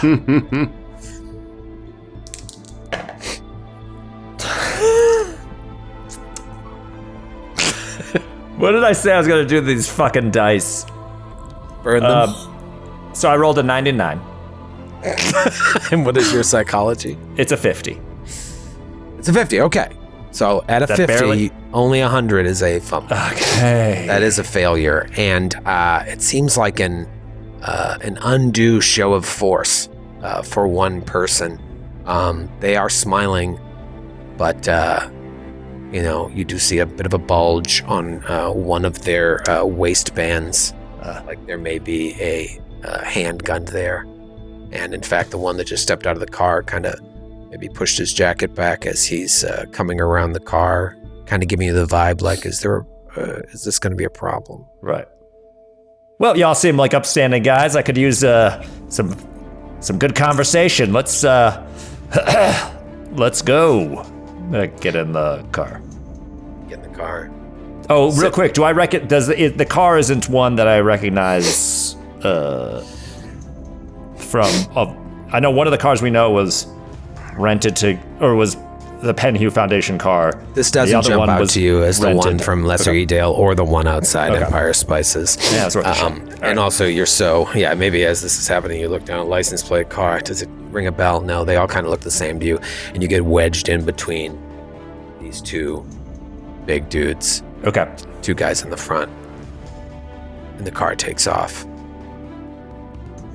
Now we cut to Desmond sitting there watching Blue Pyramid Club on his 7th or 8th smoke. Maybe Desmond is not a smoker like Vaughn is a smoker. This is too much for him. It's cloves. All right, you're on your 7th or 8th Diet Coke. And you're just watching. I would say you're watching to the point now where you think like, what am I doing? Maybe I should just head back early, get some rest, get some rendezvous. As a car pulls up. And you watch as 4 men get out of the car. And a 5th man that's sort of being ushered up to the locked gate. It's Carter? Look at that jaunty leather jacket. Almost didn't recognize him. Yeah. Distracted me from the mask so much I didn't know him for a moment. Tillinghast? Really got me. That devil? You watched as they unlock the gates, escort Carter through, turn around, relock the gates. You know. All right, hands off the merchandise, man. It's a new jacket. Actually, you wouldn't know because it was Vaughn that was there. That like the club doesn't open up till night, but you knew that you were just watching anything weird, and sure enough, something weird. Door gets locked up. They bring him up the stairs. What, if anything, do you do here? I think I immediately probably, especially if I hear him be like, "Hey, don't touch the merchandise." I'm like, well, that's a sign of distress, that is. And I will pop my collar, lower my hat, and sort of jog across the street and see it. Move through the mist, and just kind of try to clandestinely peek through the gate, see if I can follow them up there. There's a way around, in, through. Okay. Give me a spot hidden here to see if like there's a locked gate. Then you'd have to pick that, and then maybe they'd hear you, maybe not. That's a failure, but it's clearable. I'm gonna spend the luck to make that a regular success. It'll take 15 points, but I'll do it. All right. So you're looking around. You're like, "Fuck! If I go, maybe I can pick that lock. I'm no Carter Tillinghast, but maybe I can." Then I've got to deal with when we go in the front door, and then you spot a very small opening to the side, like a service entry, like where they bring in liquor and food, and it's very easily scalable. It leads to like a side alley. So I'll just kind of look around, try to confirm that I'm not being observed, and sort of like hands in pockets, slide over there, and then try to climb it and launch myself inside. Okay. Well, we're gonna have you roll. We're gonna have you just make this climb. It's an easy climb. You hop over there. Get some cover in the alleyway, and there's a side door, and then there's a fire escape. They were taking him up. They were taking him up. So if it's accessible to me, I'll get on that fire escape. Okay. I just have to ask. I think there's a jump skill, right? Why not roll That's the some kind dice? of thing that people put points in, right? yeah. There sure is a jump skill. I feel like Vaughn had a fire escape jump test. I mean, one guy's going down fire escapes. This guy's going up fire escapes. Now, keep in mind, a failure on this doesn't mean you don't make the jump. It just means that we might have an interesting There might be story some mode. consequences. Here we go. You'd never believe it, but that's a failure. 59 over 20. 59 over 20. Okay. So here's what happens. You kind of like take a step back. and jump, and you grab it, and it just goes cling, cling, cling, cling, cling, cling. Kind of echoes throughout the alleyway, but you're on. You pull yourself up. Yeah. And you're on the fire escape. Holding my hat, I crane my head up to see if I see any windows popping open or anyone having noticed me here. All right, so you kind of, there's like 2 floors, and then there's the roof. So at the first floor, all the windows are like clouded out. You kind of look in, like maybe that's the club level. You continue up, and there is a window. It's like cracked open. It's one of those windows that opens like on an angle. It's cracked open, and you can hear sounds. And I will kind of sidle up next to it so that my ear is right next to the point at which the window tilts open. And as I listen, I will reach into my coat and remove the billy club that I took off of the security guard in Derby. Chekhov's billy club. You cozy up to the window, listen with your ear, billy club out. We cut back to Carter.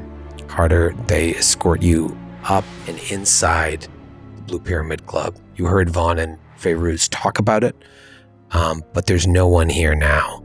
The club's completely empty and dark. Maybe there's a bar back, like cutting lemons. But they bring you straight past that to a little staircase behind a curtain in the back of the club, like where the offices would be, and then take you up another smaller staircase to a 3rd floor and bring you into a room. And this is the sound you hear, Vaughn, of a door opening and people coming in. Carter, you see there's 2 seats sort of facing each other. And the men say, sorry, this is just a formality. And they start frisking you. Did they find any weapons on your person? I mean, if we were moving locations and we're in the midst of all that, then yeah, I feel like I had the gun that I had. A new gun. My sweet knives. They pull all these out and says, so sorry, don't worry, this is just a formality. I mean, could we have done this at like a cafe or a bar or something? Why do we got to come in here? And at the very least, let's go to the VIP section. This is ridiculous. Just wait here, Mr. Dillinghast. Okay, well, it seems like I've got a choice, so great. And they walk out and shut the door. The gunk. You hear the sound, Desmond, of the door shutting. I kind of get my eye over the sill and look in. And I see Carter alone in the room? Yes. I go up to the door and just like try to open it. I'm assuming it doesn't move. Psst. Mom? Did you say mom? Yeah. You see, it's a runner, Troy. This is what we call the rule of 3s. It was the 3rd one. That's why it was awesome. Yes. It really got me. Yeah. Oh, God. I like That's not your bleeding mother telling us. Turn around. The fuck are you flying? Shh. I'm right out here. How's it that's got you up here, man? Oh my God. Okay. All right. Hey, listen. Play it cool. They don't know I'm out here. I don't know how else to play it, motherfucker. Yeah, I'm gonna play it cool, but listen. I think we just chill for a second. Like, they've taken my weapons and stuff, but they're saying they're like kind of apologizing and things like that. Like, this might be a way to find something out. Well, you get them talking, old boy. And then, if things go sideways, I'll be the one kicking down the window. Great. And then I'm assuming I open the window to talk to him, so it's like I just want to make sure it's unlocked. It's cracked. You're just kind of like talking there, but you're also, I imagine, watching or making sure. Yeah. No one's I coming. want to make sure the window's unlocked in case he has to and like open it up quick. Yeah, it's unlocked. He could just pop it open and jump right in. Great. And as you're talking, you hear don't. You sound Get of him approaching. talking, man. Get him talking. Footsteps. Of course. This could be great. And the door opens. I sit down on the chair real quick.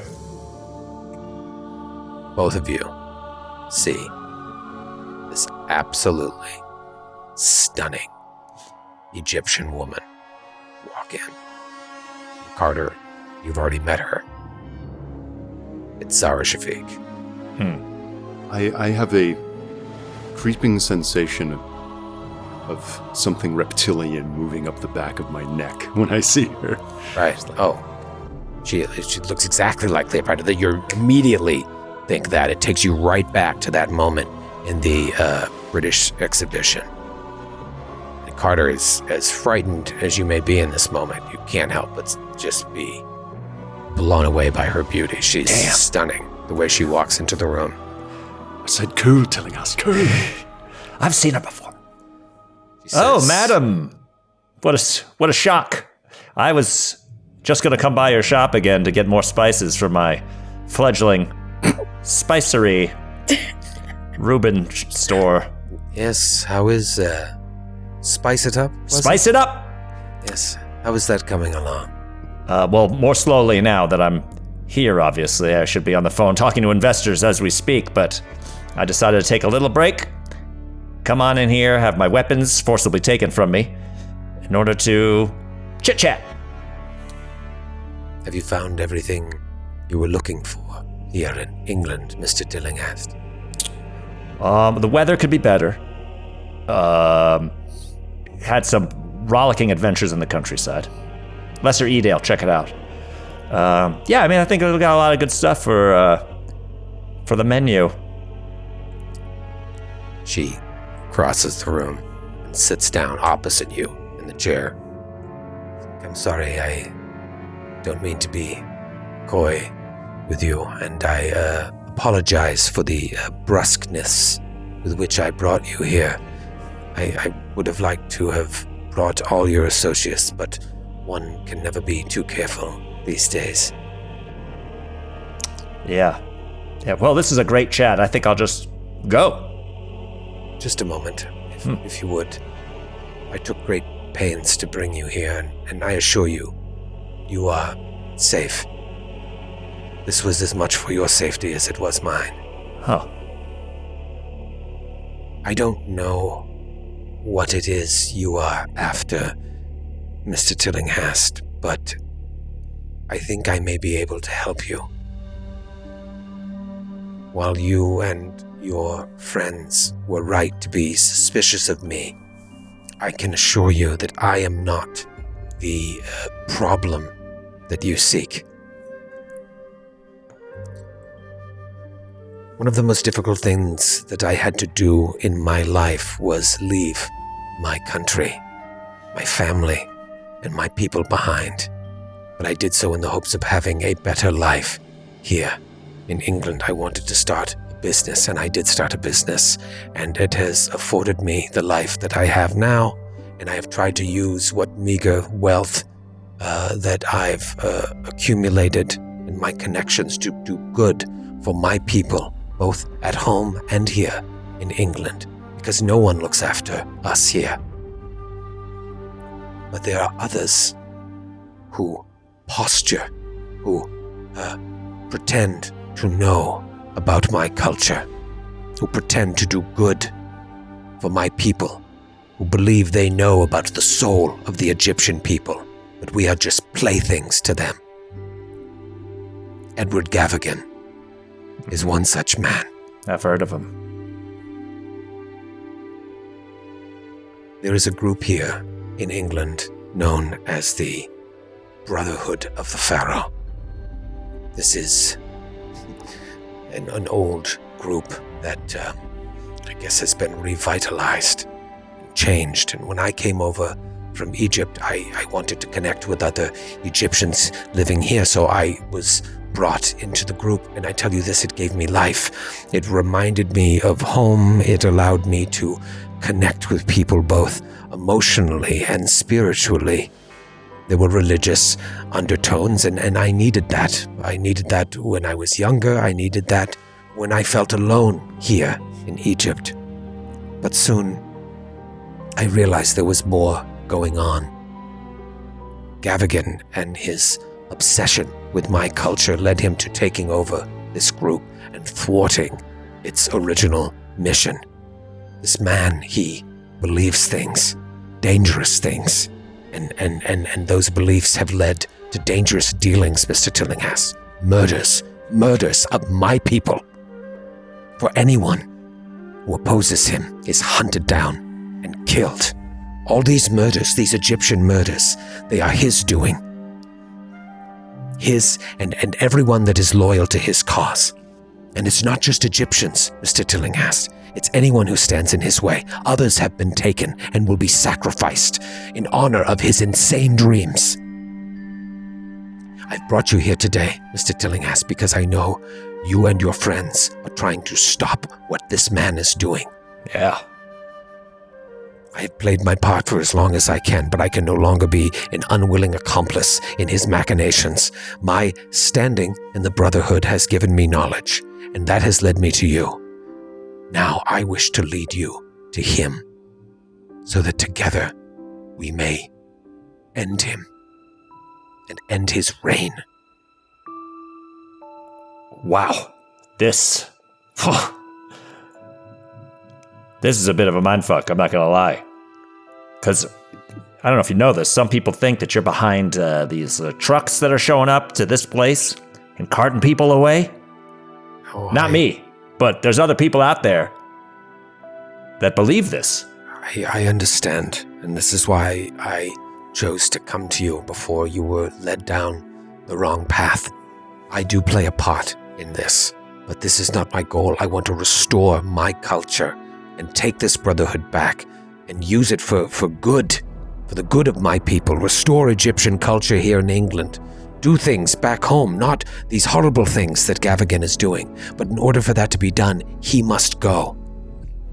And we cannot go to the police. I have considered these things, but Gavigan is a man of means. He has his claws in every institution here in England and beyond. Should we do that, someone would tip off someone he knows. I need help, and it has to come from people like you.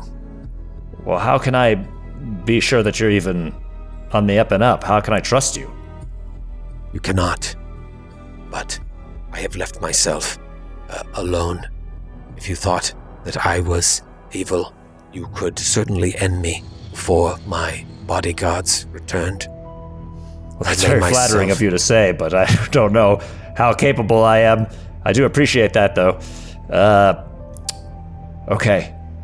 Well, you were right to pick out the leader of the mystery squad. Can I do... I know this is my third time. Can I do a psychology? I just want to double check. At least try. And Desmond, listening on the fire escape, would like to do the same thing. Okay. Take the temperature of this speech. Because he heard them collaborating. Exactly. Right. You heard her. I think if it was her there, you heard her. We don't say, know, like, though, right? She's all wrapped I need up. to take care of this. Oh, right. It was, Or do you? It was But just, we assumed. I mean, Troy did say at the beginning of the session, he's like, what you thought was Zara Shafiq was there. He dropped a little something. Also, I rolled a fucking 98. So I didn't All right. get that. I'm spending 5 more points of luck. The luck is pouring like water through a sieve, but this gets me to a regular success. Okay. And on a psychology roll, overhearing her speech. She sounds sincere. All right. And I guess with that, maybe Desmond is questioning his own memory and like, was that her? And Well, I was gonna sort of get there. yeah. I mean, but yeah, that's just where I'm at. Yeah. Did you meet up with Gavigan recently? I did, yes. At the Festival of Women in the England whatever the fuck shopping mall. Did you follow us? Of the stars. Did you follow us there? Listen, Exposition. you picked out the best. Yes, I did. He was aware of you. I was made aware of you as well. He trusts me, I think. I play the part well enough, though I do not engage in the things he engages in. Well, I mean, it sounded like, from what I heard, he feels like he's answering to you.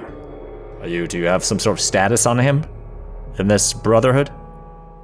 Only in that I am from Egypt, He is a pretender.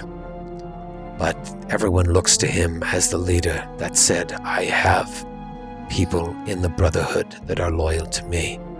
Women, mostly. And those men who brought you here today.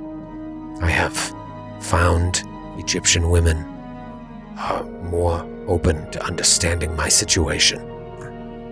And they want to help. They want what I want. Okay. What is he doing with these people? He's sacrificing them? Yes. There is a part of the order, the Brotherhood rather. I was thinking of the other thing. Sorry, did I say order? I don't know about it. There's too many secret societies to fucking keep straight. I get it. The Brotherhood conducts several rituals from time to time, mostly lesser rituals where Edward will try and commune with beings from beyond. He's bastardized everything that my culture holds dear. But on the night of the full moon, every month, is a grand ritual. And at the grand ritual, everyone comes. And people are sacrificed in honor of these gods that he sees. His prisoners, people he's taken, people he's found, his enemies, anyone he can get his hands on. Their blood is spilled in honor of his insanity. So this Tuesday evening, on the night of the full moon, there is one of these gatherings, and they take place at his countryside estate. Oh, you know where that is? Yes, I will be present at the ritual. I'm present at all of them. I've seen horrible things. I'm ashamed.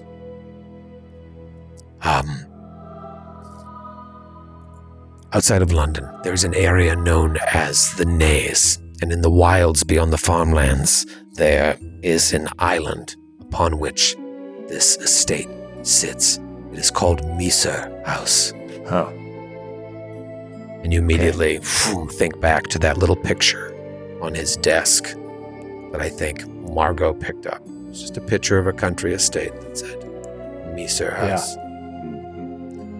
It's called Misr House. It is the site of these rites. It is also the site of Gavigan's many secrets. He has outfitted that mansion in ways that even I am not privy to. There are secret rooms, dungeons in which the prisoners are kept. We've seen a dungeon or two at this point. All manner of horrible things lie within that estate. But the ritual takes place at a stele outside of the grounds. How many people does Gavigan have working for him? How many people usually are there? In the Brotherhood, there is, at any point, 50 to 60 members. Shit! However, at the height of these rituals, they are all very distracted by what is going on. And this is when it would be wise to strike. I will give you directions to Misr House. And I will set up some sort of warning, some sort of timing. Go about the house. There will be no one there. Even the servants are part of this cult. They will be taking part in the ritual as well. Do what you will in that house. And then, at a time that we will designate, you come and we will take him out. I will usurp control and they will fall in line. Well, I gotta ask you, I mean, I'd be stupid if... will be ended. If I didn't ask you this, I'd be crazy. I mean, you get control of this thing. Do you believe in this stuff? Have you, I mean, I could tell you, I've seen some shit lately, and are you aware of all this otherworldly hoo-ha? I am aware of it, and as much as Gavigan has tried to preach its significance, it has never entered my heart. As I said, I played the part well, but it's not why I did this. When I take control of the Brotherhood, it will be a sisterhood. It will be dedicated to my culture and my people and its preservation. And we will do good for my people back home. We won't just steal from the tombs, grave rob, to hang things in a museum. We will give back to the community. Well, I can tell you, as a straight white guy from New England, I know what it's like to be under the thumb of other people. Do you know what I mean? So you understand. I understand exactly what you're talking about. I understand the plight of all women, even foreign women, like you. I am writing a book, and there was going to be a whole chapter about fucking women and shit. The sound of Desmond's eye roll is audible from the fire escape. What was that sound? The wind. If I didn't think women were so awesome, I wouldn't crane my neck whenever an attractive one walked by. It's my way of showing respect. Anyway. Yes, I see. And and I know what you're thinking, and I just want to get this. Let's just clear the air right now. My heart does belong to another. So, whatever you're thinking is happening here, chemistry-wise, it's all business. I just want to get that out of the way. I wouldn't feel right if I didn't say that up front. Now, Desmond hears that and is like, who the... Wait. Carter has forgotten that Desmond was there. Anyway. I can see that you are uncertain. Perhaps I can offer something else. Well, again, like I said, this is platonic, but go ahead.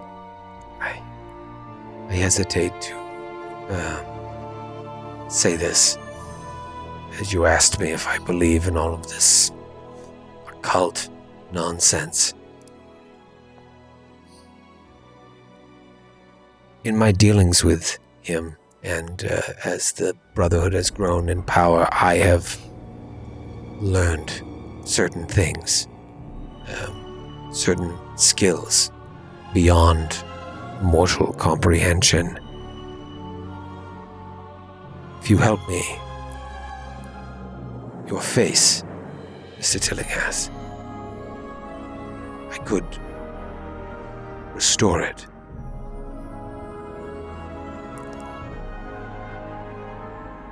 I don't mean to offend or overstep my bounds, but I imagine this is not a scar that you bear with just bravery.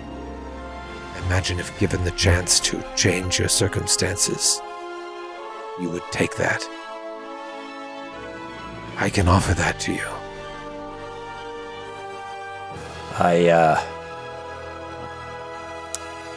I will get back to you on that. Listen, you seem on the up and up. You should know, if you don't already, what Gavigan's...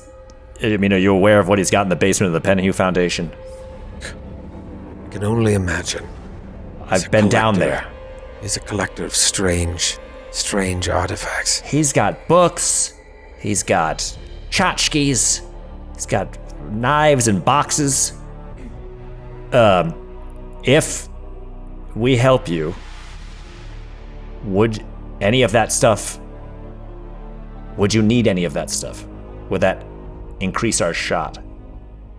I mean, if there is stuff there that belongs to Mother Egypt, then I would love to regain it so that I may return it home. Yes, I would be interested in that, but I'm sure you have your reasons for being here as well, so I want to make sure that you have what you need. I guess I should ask, why are all of you so interested in this? Well, I mean, I never thought I'd say anything like this, but I think it's because we want to set things right.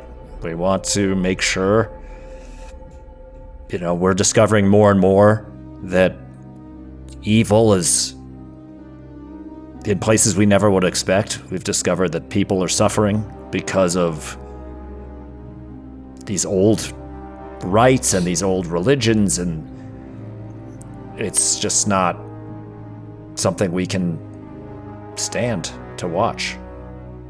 We want to make things better. I don't... Yes, we want the same things, Mr. Tillinghast. Well, look, you've trusted all this with me, and I feel like wouldn't it be the worst idea to trust something to you? And then he just goes, Des, open the window. What? I don't understand. This is called stun. Des, it's fine. Come in. Feeling rather called out. But yeah, I'll swing it, reveal myself, and step lightly into the room. Well, if anything, I feel more sure that I have chosen the right group. If you were able to come here right under my nose, were you listening to everything? That I was, Miss Shafiq. And I hope you understand why a rather materialist mind would find it rather hard to believe your tales, and even more difficult to believe that you're on the side of the angels. I understand. I know that it is hard to choose a side in a matter such as this, when the lives of people are at stake. But those people will die if we do nothing, and I cannot do it alone. Yeah, I think we're in agreement. I think, Miss Shafiq, that we are. Where is it you need us to be? We fade out. Come back up on Beirut. Beirut, this guy just told you that the photo of your mother is his mother. He told you that he always thought his mother died when he was really young, but then his father, perhaps suffering from dementia or Alzheimer's, long before those diseases had even been categorized, blurted out that she was taken from the hospital. Don't follow, don't look for her, don't do anything. It just seems all too familiar to the stuff that you were told by your father. And so he continues on. He's like, after my father passed, against his warning, I traveled to Cairo to try and find hospital records, any traces of her or my birth, and it's as if we never existed. Now, the systems there are not as, as strictly categorized as they are here, but still, there must have been some record of one of us going in and coming out. Nothing. It all seemed too purposeful, like we were just erased. I was left behind, and I came back home, and I just began looking through my father's things for any sort of memento, anything that I could trace back to her. I started making phone calls, and then one day I received a letter under my door with no address, not signed by anyone, just warning me to stop looking. Do you still have it? They knew. Yes, I do, as a matter of fact. And so he's like looking through things, like, I have it here somewhere. When I received that letter, I guess I was more foolish back then. I felt like I was closer than ever to finding the truth. Here it is. And he hands you the the letter. It's just like a single sheet of paper. It's just a threat. First of all, do I recognize the handwriting? You Would I don't. recognize it? See, the thing is, I have been looking for my entire life of anything to do with my mother because I was raised without having any information about her. And she holds up her diary. This is the only thing I have. This is the only thing I have to her. And every time I ask about her whereabouts, or not her whereabouts, but anything to do with her, anything of what she was like, what she went through, how she even passed, nobody wants to tell me anything. And I've been raised in this bubble. And it's so entirely frustrating. So I hope you know, and from the bottom of my heart, I didn't wish to intrude upon your life at all like this, but it seems as though you and I have been searching for the same things. I don't know anything about her passing.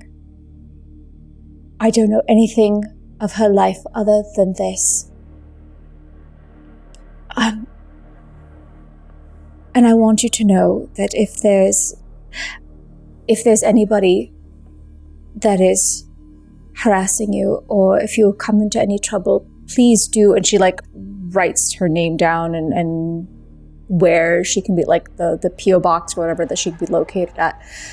Please contact me. And I'm so curious to know, because I have also in my life, without getting into it, because I don't want to put you in any sort of danger. Did your father have any tattoos at all? My father, no, it was forbidden. I never saw any markings on him whatsoever, but now that you mention it, when I was looking through his chest, trying to find anything that I could trace back to her, I found an address in Massachusetts, in America. So I traveled there as well, trying to find any trace of her. And Where?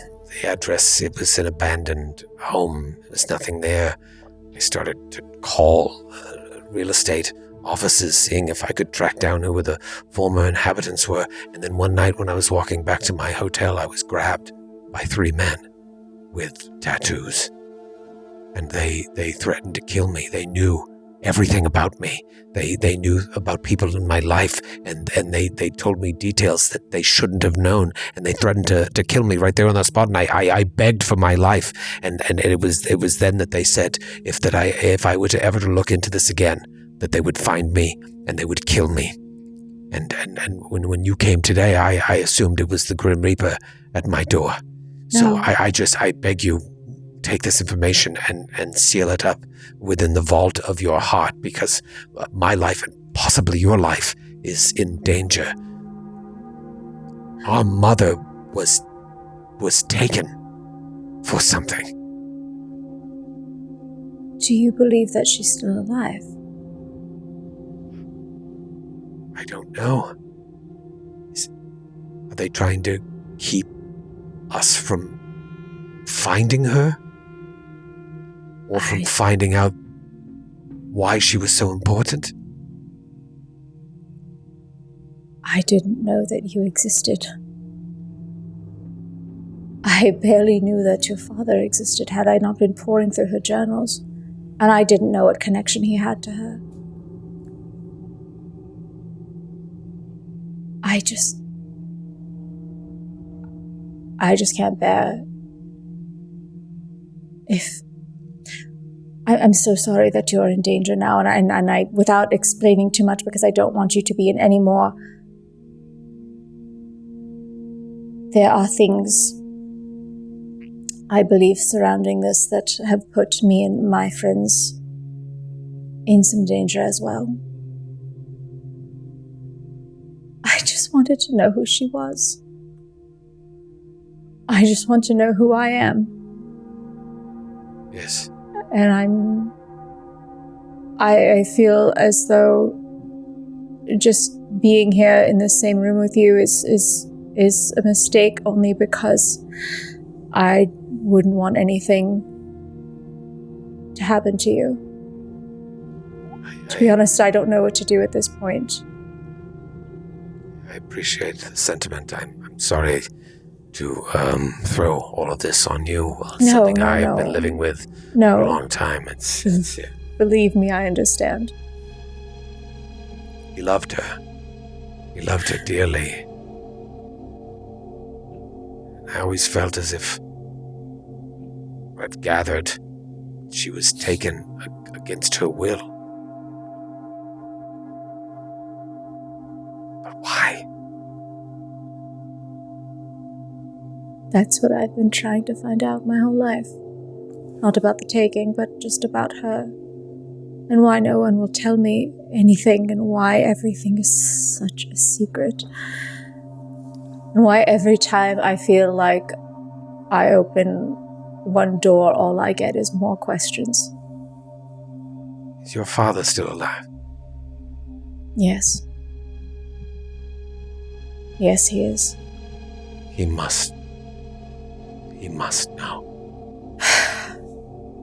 I'm sure he knows a lot of things, and he is a vault that I just can't get past. In some ways, he has created many opportunities for me in life. But he's never really been a father to me.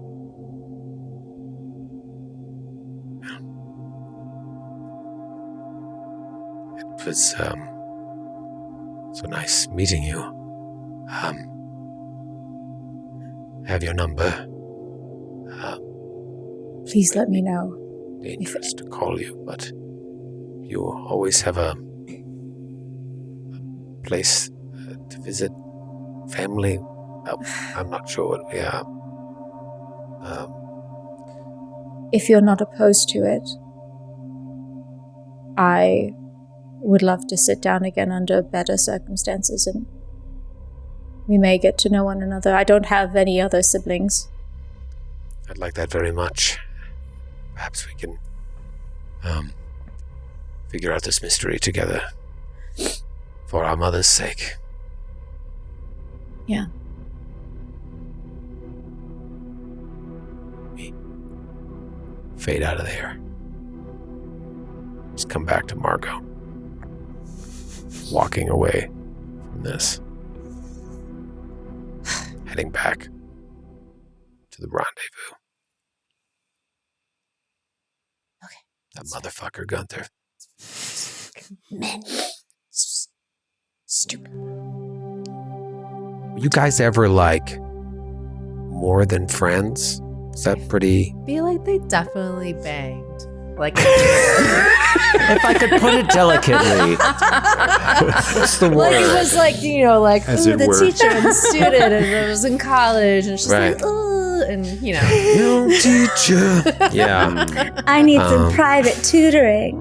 can you Then teach me maybe- how to paint? So was he in this thing the whole time? Was he recruited after the fact when they knew that he was close to you? When he came to see you in the hospital, was he really concerned, or was he there checking up? And so much revealed. You guys all come back, Desmond and Carter. Carter, you're giving your weapons back, and And 5 hit points. find there's like, here's a potion of moderate cure wounds. It's from another game, but try it. See if it does anything. Her last words were like, just stay out of trouble until the grand ritual.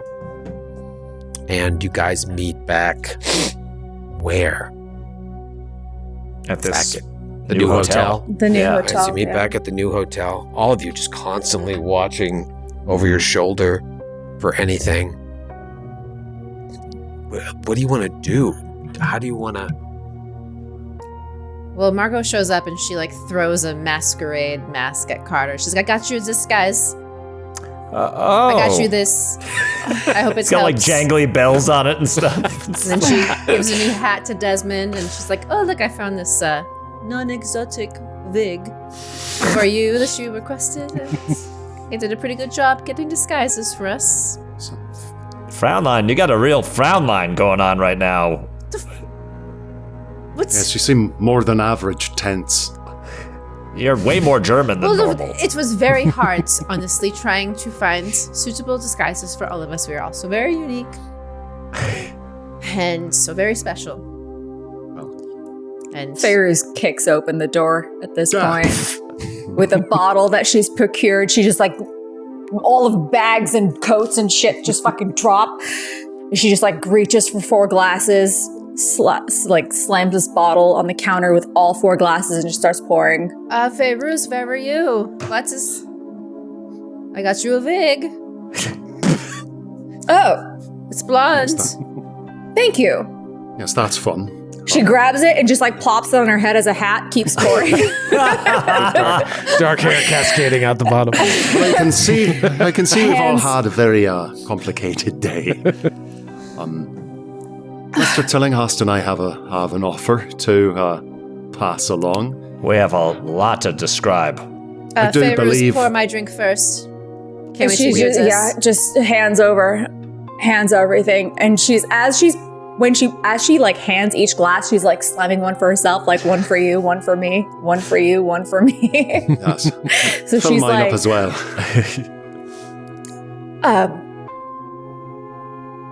it's been a day. Yeah. I mean, we should all powwow about it. The good thing, I think, in all of this is that we can all trust each other. Yeah. She pours yet another drink. Cheers, I guess, suppose. Yes. Yes, cheers to that. Too right. Cheers to that. To trust. So, yeah. I mean, we could get into it, or Troy Wait, were can you end the saying episode. that was sarcasm? we've got a little pitch to pass along to you, and as Desmond says that, if I may, just look back in that post office box, which no one said they went to, but there's a slender little box in there, and with a pressed flower on the top, and it's wrapped in ribbon, and there's a little card underneath the ribbon.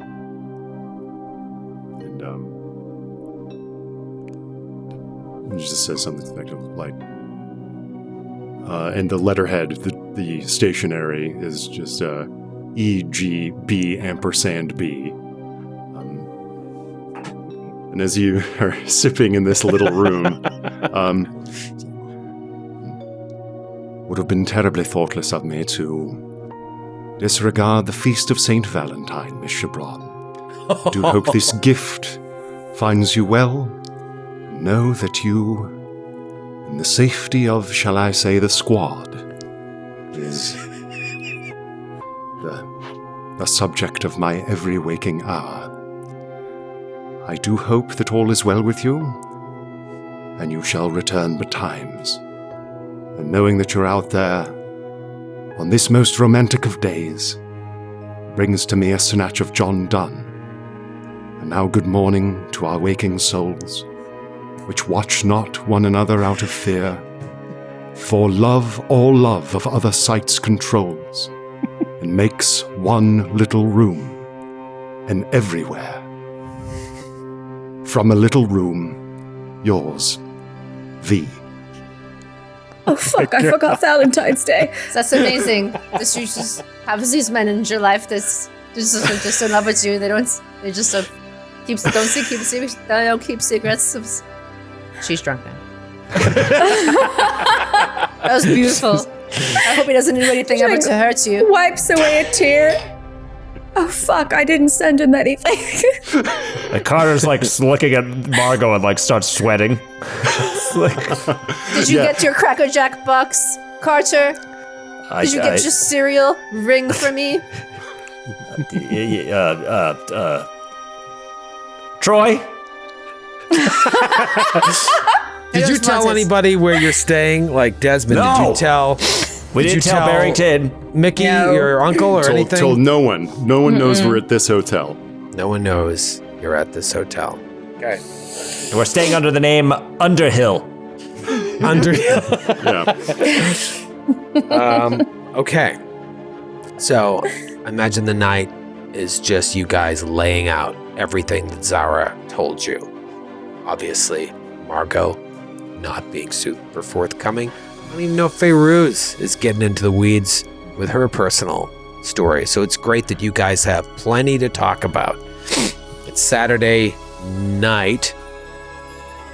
Are you still thinking of breaking into the Pennu Foundation or breaking into Empire Spices tonight? Are you going to call someone? Are you going to try and go against what she said and like try and entrust information It's Saturday with night right Barrington? now? Yeah. I mean, discotheque, obviously. But So no. you're, Could hit up a you're discotheque. telling me that you're just going to listen to this lady who came to you and told you everything you wanted to hear and smiled. I mean, we did a psychology roll. She seemed pretty... she seemed pretty up and up. I mean, look, she's talking about... Listen, you know me. You know I fight for the rights of women. She is going to start a sisterhood of the traveling pants, or whatever it's called. She We is don't ready. wear pants. Oh, right, that would be real weird. So weird. Yeah, I do trust her, and I'd like to think I'm a pretty good judge of character. And she, you know, it's all Gavigan. It sounds like he's sacrificing people left and right. There's gonna be this whole thing. We've told you, off camera, about everything. So, yeah, She I could think... be using us just the same. She's just trying to get ahead of it, and then when she takes power, what if she was the one who did the smoke monster, the fog monster? I heard the man say he would take care of it. That's... And now I can't say who he was speaking to. Look, So it I can't turns trust out... her. I can't trust her blindly, but it does put, as it were, the final pin into the board connecting the various threads of string in my mind. I mean, she told us exactly where it's happening. If you could think of a different way for us to find out that information, I'd love to hear it. But now we know. We know exactly where to go. Yeah, we We could could- either we trail could her follow or up. we could follow her. We could follow up with that lady that you spoke to with Master Villiers. I mean, if this Miss Shafiqas is much of a friend to women as she claims, then maybe the sorority surrounding the Blue Pyramid Club has some opinions about her, and we could be good journalists and vet another Corroborate? source. Yeah. I mean, that waitress did think she was responsible for everything, so it might be an uphill battle there.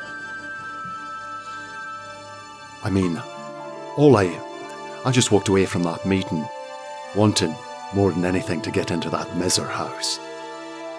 The what watch? The what place where house? we're- Oh, sorry, Gavigan's manse outside of the city. It's a fortress. It's all booby-trapped. It sounds crazy. And Feyruz, Is that where they're bringing people? You speak Arabic, right, Feyruz? Yes. Yeah, you know that Misr means Egypt. It's the Masr. Egypt house. Masr house.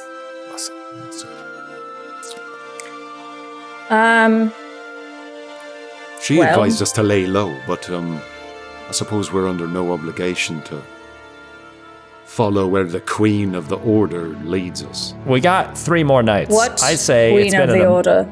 What is that supposed to mean? Oh, I'm Desmond? sorry, Brotherhood, Order. It's all the same to me. I think we've had a real breakthrough today. I think we should just celebrate, fucking play some cards. You know, like sometimes it's important to like to treat yourself a little bit. Treat yourself. Do you know what I mean? That's a nice jacket you have there. It looks like you've already done that today. Well, this is obviously, as you know, for stealth purposes, as well as protecting my inside right. organs. Did you get something for everyone else, or just thinking only about yourself? Margot came bearing Jesus, gifts. salt on a cracker! You are... Get me some soup to dunk you in! Jesus Christ! What's going booze. I brought booze. Margot brought disguises. What did you bring? I brought intel and this fucking cool jacket. Do you guys understand that when we go outside, how much cooler you're going to look next to this jacket? Do you know what favors the sisterhood of pants sounds amazing? Speaking of sisterhood, my mother might be alive and I just met my brother. Excuse me? Girl, what? Pours herself another drink. I just met my brother. Wow. Into that as well. Yeah, this sounds like a let's hang out, let's get in our PJs, and let's just talk it out. This is gonna be great. Did you met your brother? Yes. So, funny thing, and she's like super drunk right at this point. She's like, so, I go over to find Mr. Email Mystery Man that my mother may or may not have been having an affair with. And who answers the door but this handsome young lad who does not look entirely white. And he proceeds to tell me that after I show him a picture of my mother from the journal, he says, oh, why, that is my mother. And long story short, she was taken from the hospital after I was born by a group of people who are after me now. He is in grave danger, by the way. People after him and threatening his life and whatnot. And yes, long story short, she might be alive. Who knows? People are after him, and people are after him now who have tattoos, Margot. We all know what that means. Cool. That's right. So cool. Another round. That's I'm so having one. Cool to hear. This is great. I mean, not, I don't know, relatively speaking, but this is some deep shit. So now, I definitely want to have a phone call with Daddy Dearest. Okay. While you're drunk. God. While I'm drunk. But there's no phone here. Thankfully, there is no phone. Well, you're in the hotel now. We're in the hotel. Oh, we're in the hotel! Certainly give him a call. Do you all want to listen in? Oh man, shall I this put is it on totally what you would do while you're wasted. Do you know, maybe we should think about this. We should. Now is that the time or the place? Maybe. No, we were just talking about this. This is great. This is a perfect reason to call. Should I sleep it off? And she like passes out. Oh dear. See, I've had the least eventful day here. Yeah, Right. what, you did some shopping. That's cool. I went shopping. I got photos developed. I come home to this hotel. From Hear the all your counter, stories. Feyruz is like, did you develop the photos yet? God, Yes. you are being a real sauerkraut right now. Sauerkraut. Oh dear. Do you want to talk something out? No, I What- just want to talk to you. What would I? oh. What? What? I'm You want just to ask try- me more? What's about to order, Margot? Okay. Did you find All anything right. else about to order? You know what? Let me make fun of you a little more. When did I make fun of you? Making fun of me, like, oh, what'd you think I was kneeling in front of you holding your hand? Oh, that's called banter.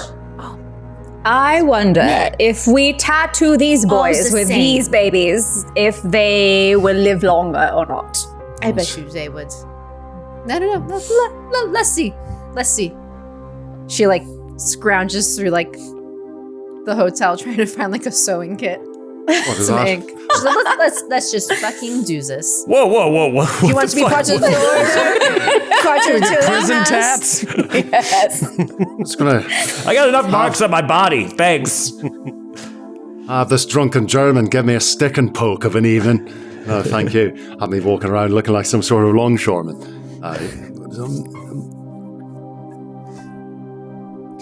Look, we all need rest. Especially if we're fetching ourselves off to Muzzer House before too long. And it's Desmond's words of reason that probably bring the party to an eventual end as everyone goes to sleep. Back to the old days of drinking yourselves to sleep. In a hotel. In a hotel. Fairuz just like goes to bed just spiraling like, why would my mother be taken? Why was I then born afterwards? Who took her and why? Margot going over and over like, how did I not see this? How long has Gunther been a part of this? What do I gotta do here? I've befriended these people, but I've been tasked with something else. Desmond just trying to suss out what you heard in the Empire exhibition and then meeting her in person, trying to see, like, marry these two things. Yeah. Is she telling the truth? And even if she's lying, there may still be an opportunity here to take out an evil. Right. And Carter... Just fast asleep. Fast asleep. Just snoring. No thoughts. So you get up and get a pee.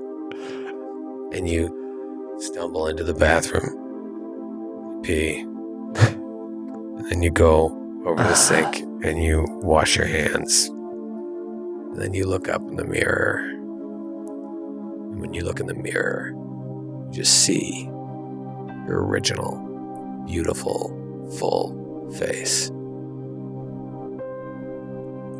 And we'll see you next week. Oh! Yeah. Faustian bargain. What